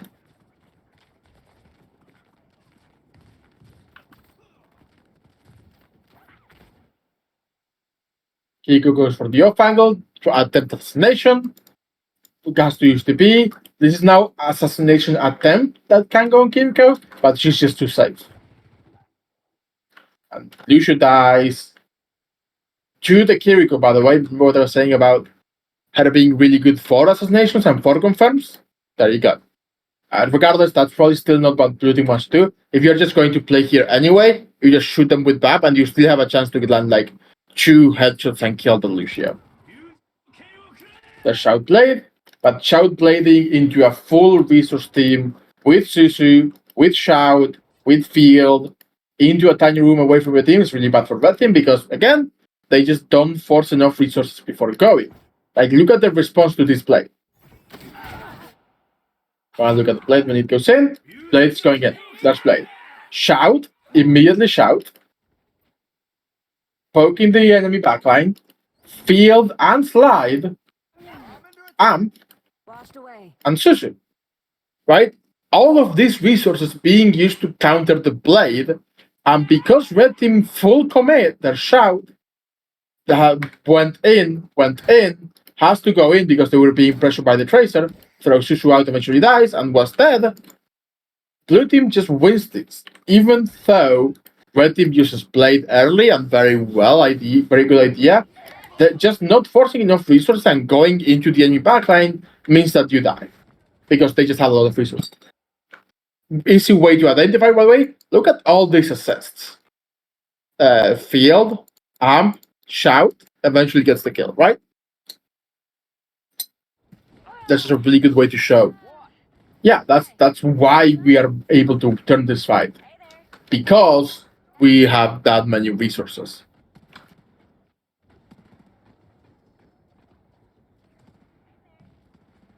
Let's look at the next fight. Taking into account the considerations of fight-winning ultimates, they have 2 fight-winning ultimates. We have 2 fight-winning ultimates. Red team has beat only to counter them, so we could use a fight-winning ultimate early to force beat and then use a second fight-winning ultimate to win the fight. That said, we need to be careful because they have more ultimates than we do, so we probably want to go early rather than late, even though we're playing for resources, because going early will force them to react immediately and not give them time to try to assassinate anyone.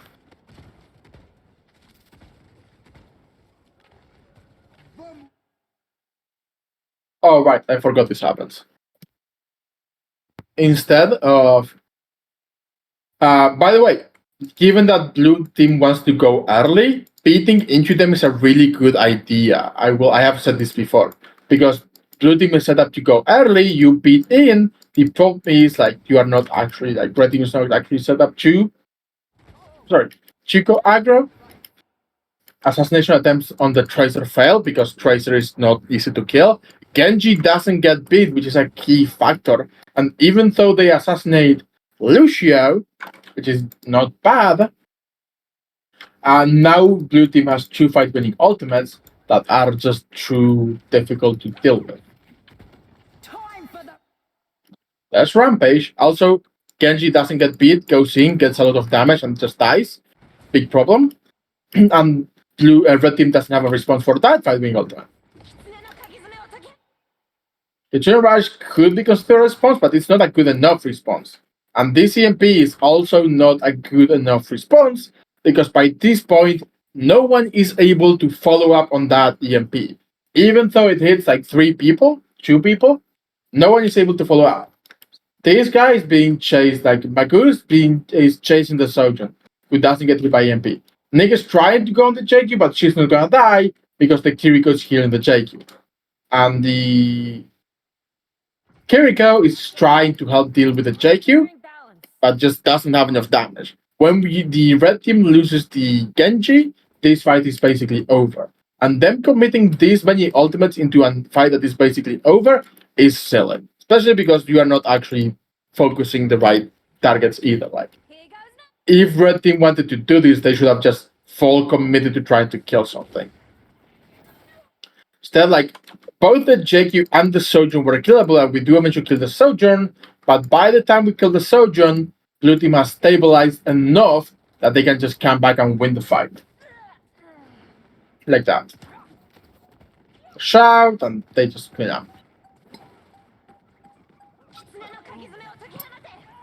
So that's a really good show of why it is important for the assassins to get the resources, and why blue team just wins the fight despite not using the ults until very late. Just based off of, oh yeah, we gave them our Lucio, but we are able to sustain, and they go in without resources, and we are just gonna win if they go in without resources. Then this happens. Tracer gets marked. Tracer has to recall. Tracer goes in even though they have no value, and we shout in because we are trying to go in with the Tracer. This is really good rotation from red team. Tracer is going too deep because, again, the job of Tracer is mostly trying to either mark people or force resources. And at this point, they have forced teleport. Is it the best resource to force? No. But with the team being pushing in right now, you should be happy that you're forcing teleport because your team is going in right now. However, that doesn't happen. Tracer goes too far in, gets killed. And because the enemy just doesn't have, the blue team just doesn't have enough resources, and the enemy is committing to the resources early, to what resources they have, after forcing shout, they are able to just win the fight. So Jun goes one, JQ goes one, eventually cleans up.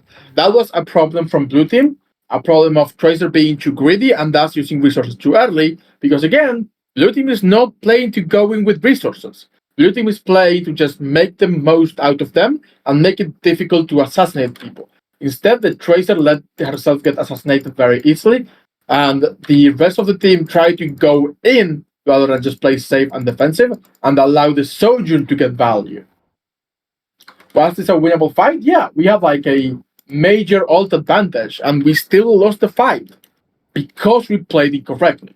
That said, at the very least, we did not use the ultimates on the lost fight, which is honestly just what happens to red team from now on. Posturing. All of this is pretty good for blue team, but it's still fine for red team, right? Like they can trade damage, but red team is doing really good in not wasting any resources and setting their targets up for like focusing resources. Look at that, resource being forced. The problem is blue team just has more ultimates, right? We force enough resources. Guess what? Okay, we have to go in. Force the resources. We don't have any more resources. Red team actually played this pretty well, where blue team had to use a lot of resources to go. But, sorry, and by a lot of resources, I mean like literally uses 2 ultimates to go, 3 ultimates to go. That's definitely overall thing. But they used 3 ultimates to go, and red team should just be like, okay, do we have enough resources to turn this around when they use 3 ultimates? No, let's just die on point.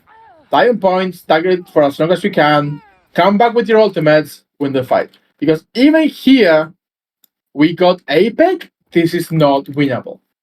And I'm going to show you why. Blue team definitely overinvested. Blue team should have been like, hold on, we go here. This is all that blue team needs to break this point open, right?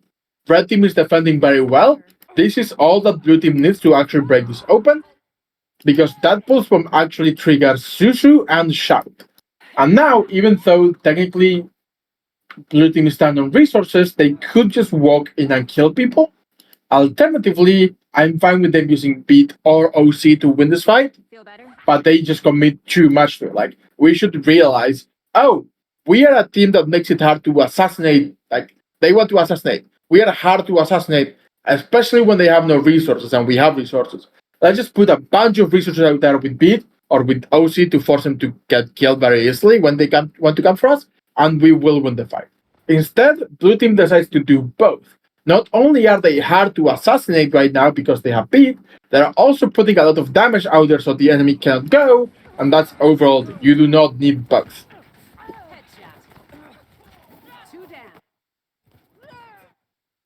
Also, I was gonna show you when Blade gets pulled, Genji is very low, JQ is dead, Sombra's very low. We have no Susu, we do have TP. And JQ's at full health. Tracer has all of her resources basically, like with 2 Blink and 1 Recall. Lucio has Beep, that's Beep, Boop now, and Amp soon, and Kiriko has Teleport. So by trying to, not only does the Genji just die, but by trying to go at the Kiriko, Kiriko has enough resources to just teleport out. JQ goes to axe the Genji, misses, kills him. Oh, doesn't kill him. Then kills him. Kiriko has just used teleport to try to help Genji, which is a lost fight. And you can see how blue team should not have used that many ultimates. It was not required. And red team should not have replied with ultimates either. Because now the ult win, the ult economy is technically in favor of blue team, but the fact that they have to win 2 fights makes it in favor of red team. Because red team can go in really hard and try to win the next fight without using any ultimates, especially if they had kept play. Like if they kept play, they could probably just win the next fight. Because they use Blade, blue team has an opportunity of just going early with an ultimate and winning with only 1 ultimate. Ideally none even. But they will likely need an ultimate to respond to like one of red team's ultimates. So blue over ulted, and because blue over ulted, red should just win the next fight, but they use Blade. So red probably just wants to lose this fight, like take a quick fight, lose it while taking out as many resources as possible, ideally another ultimate, and then just come back. But they don't do that. Right? They actually force a teleport, which is really bad from blue. And it is at this point, blue should probably ult. Because not only did red get around very easily, but they have forced a lot of resources out of them. So blue will likely need an ultimate if the fight was played perfectly. However, the fight was not played perfectly. Like, Lucio goes too aggressive, dies. Red actually commits an ultimate while trying to go in, which is not ideal because they can just match. However, this ultimate is fine if another ultimate is forced. That said, no one can use this in a rush. Because Genji is contesting on the high ground, Sombra is on the enemy backline, and rather than forcing enough resources before going for the assassination, red team just went in with an ultimate, which gets both of their supports killed. The Kiriko should have just teleported away. Without forcing any ultimates, just gets both of their supports killed. Fight is now lost. Blue team did not have to use any ultimate, so it's an ideal situation for them, where they traded 1 ult for red team for no ults. And even then, on an ideal situation, next fight is still lost. Because suddenly, red team is coming up with 1, 2 key ultimates, may have had 3 if they didn't waste the blade, and you have 2 ultimates. So you're going to match EMP for Kitsune, Beat for Rampage, and then you have to play for Pulse versus Rampage. And this should win the fight for red team. Alright, ult economy. However, Genji dies, and that's fine for red team. Red team should just die and reset and actually get 1 more attempt. However, ult economy at play. Yeah, and here's the funny fact. Even if red team wins this fight off of this EMP, let's say they go insane and kill everything, they're still screwed because you are coming up to 3 ultimates versus 1.5. And red team could win it regardless, but they should not win as easily because they have just set themselves up for a bad fight. And you've traded 1, 2 key ultimates for no ultimates. Ult economy at play. And red doesn't even get to touch us.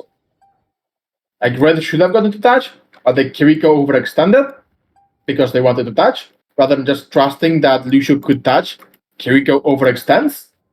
Lucio doesn't touch anyway because world riding issues.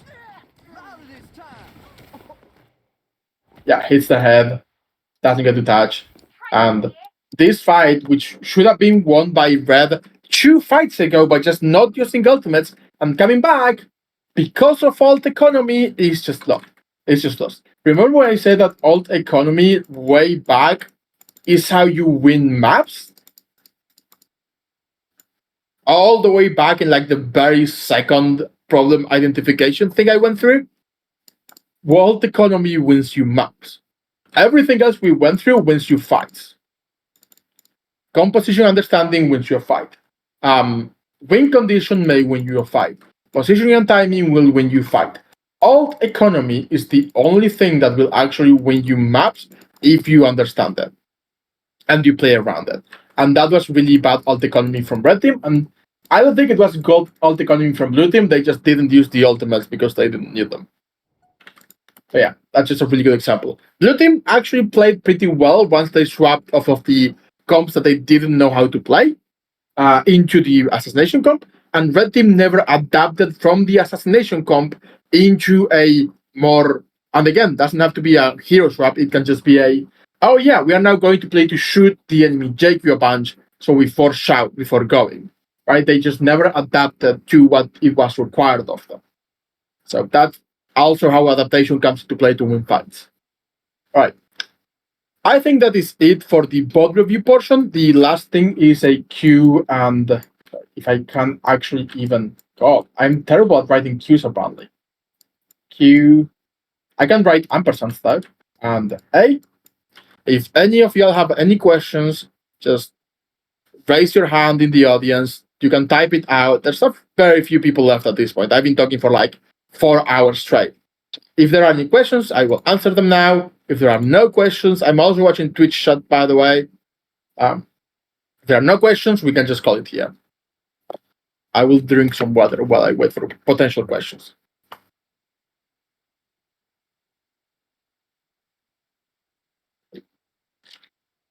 Cats in the chat, please.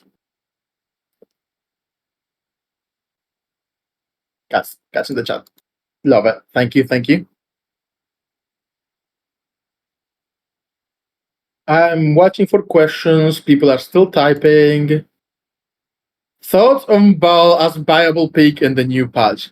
Magoo, we've talked about it. Ball is viable. It's not the pick, but it's viable.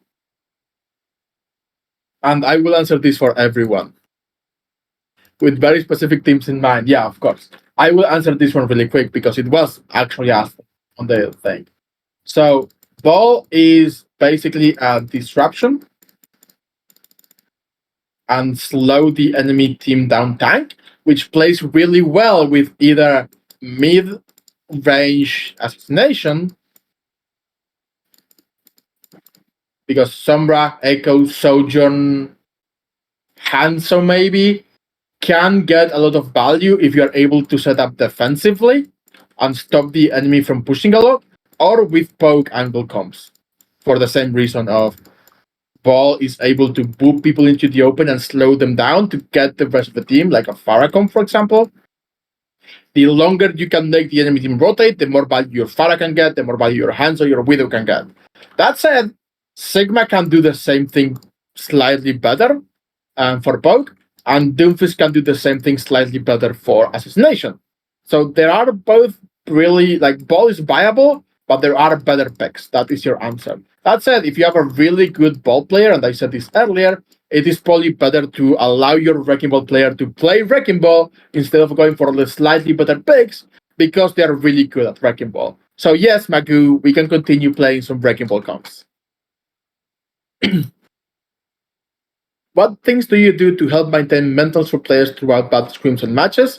Okay, I believe we covered a little bit of this. Just being able to have like a fun environment is really good. Coda, I'll get to your question later.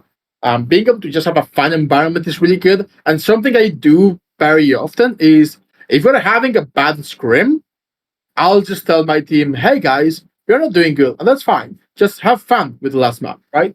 I mentioned this earlier. Just go whatever the heck you want. Go play that that Junkrat you really like to play. Go play Farah. Go play Soldier. Go play Roadhog. I don't care. Just have fun with the very last map. And that's a very good way to end a bad scrim on a positive note. And I mean a bad scrim as a scrim where your team is rolling and gets no value out of it. Sorry, I'm talking to my Discord, which is over there. Should be talking to my camera, which is over here. That is a very good way to get a good finish to a scrim that was really a stomp in your side or a stomp against you by just having a fun note at the end, and the team will just remember the fun note over the bad scrim.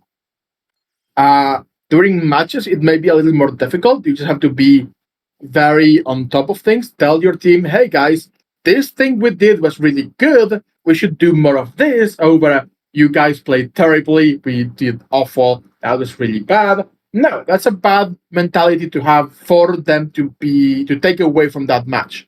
Instead, you focus on the positive things that your team did, highlight them, still mark the mistakes because there's things to be identified and fixed. But you can be like, okay, guys, we did this really well. I would like to see more of this. Basically, a compliment sandwich, right? We did this really well. This is what we need to improve on. I think we can do really good once we adapt, right? Compliment sandwich. Good thing, bad thing in the middle, good thing. If you have a bad match, that's a really good way to get your players thinking about the bad thing without a negative context. Just, oh, this is something we did really well. This is where we did really, really, really bad, but this was still good. So by just sandwiching the really bad thing into two minor or not as important as a bad thing, good things, you get your players thinking about the bad thing in a more positive context. Hopefully that answers Carbos's question.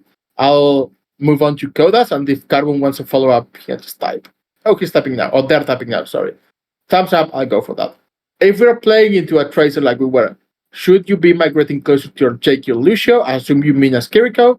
Or should you try to find your angles to rely on Lucio to either mark Tracer or get the hell off of Faye?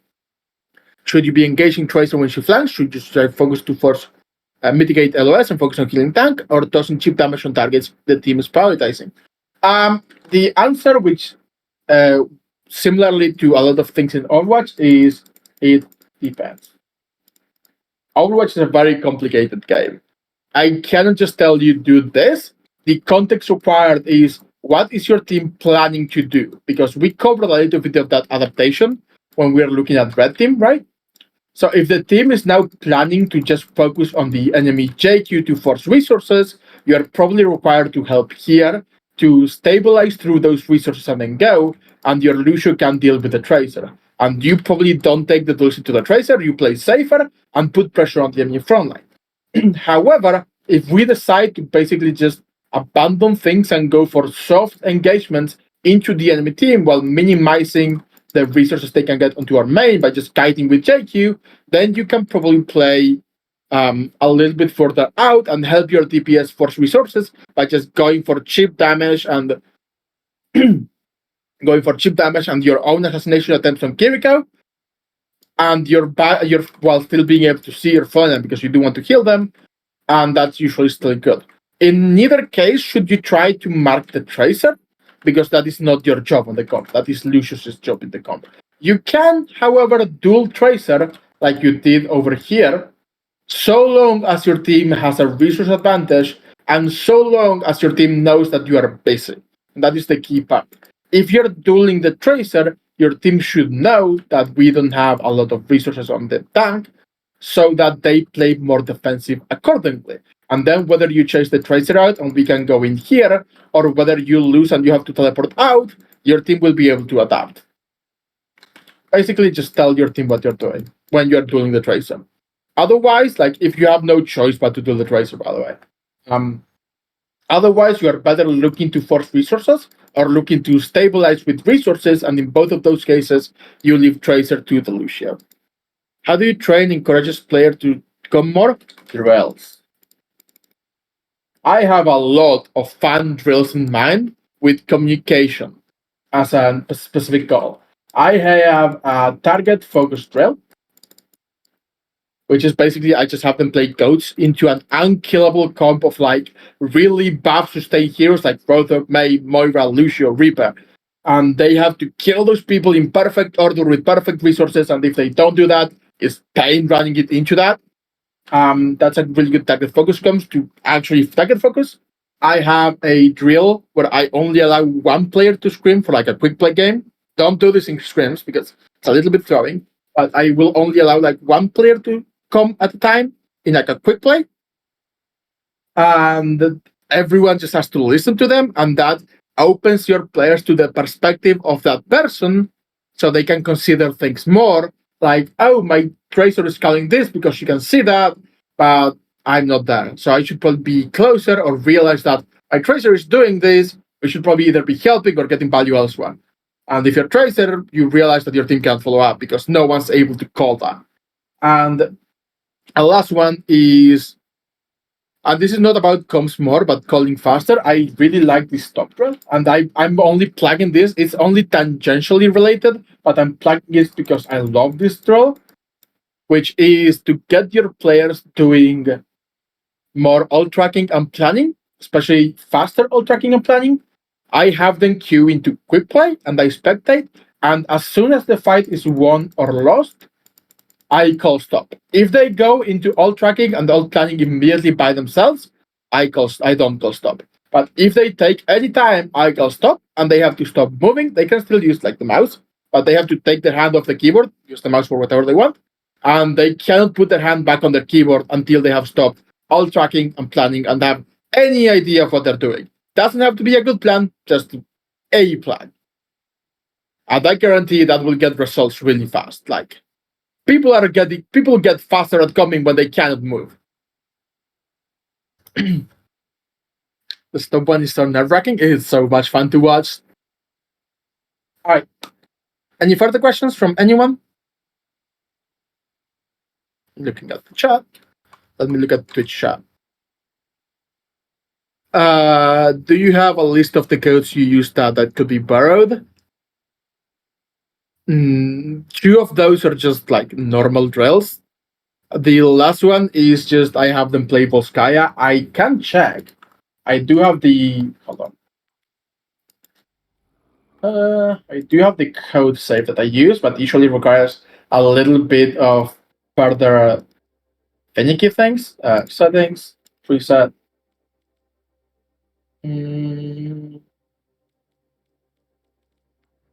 Codes focus practice. Short code, create new code, continue. TMD9BN. I'll put it in both just in case. And again, this needs a little tweaking. You probably need to. This basically gives team one a little bit of health, a bit of health, little bit of speed buff, lower ability cooldown, and then you just have to add like a bunch of bots to team one, like extreme bots. Team one, recommended roll AI. That's fine. Go, and then you edit the bots into Roadhog, May, Reaper, Moira, and Lucia. And if your team only has 5 players, you can give them a Lucia bot because they will need the speed. So you can add like add AI to team 2. Only one Lucio aimbot. No, not aimbot, just lethal. To actually be able to speed around. You can also limit this Lucio to only speed by going into the settings, but I'm not doing that right now. So you just go this. You can't save this in settings, by the way, which is really annoying. But yeah, you just add the AIs on extreme. They have, again, just increased health, decreased ability, and a little extra movement speed. And you just have to focus them down. I used to run this for my coach teams back when coach was a thing. And it was really good for coach. That's the answer for you, Maggie. Okay. I'm going to assume no further questions. I'll give it another minute in case anyone has a further question. But I'm not seeing anyone popping up at least yet. Thank you. This was great. Okay, no worries. Thank you for the clapping. Love the cats. I appreciate the cats. Okay, let's just end it here then. Thank you everyone for joining, and I'll see a lot of you guys later. Like a lot of the people here, I still coach. Have a good time. Bye bye.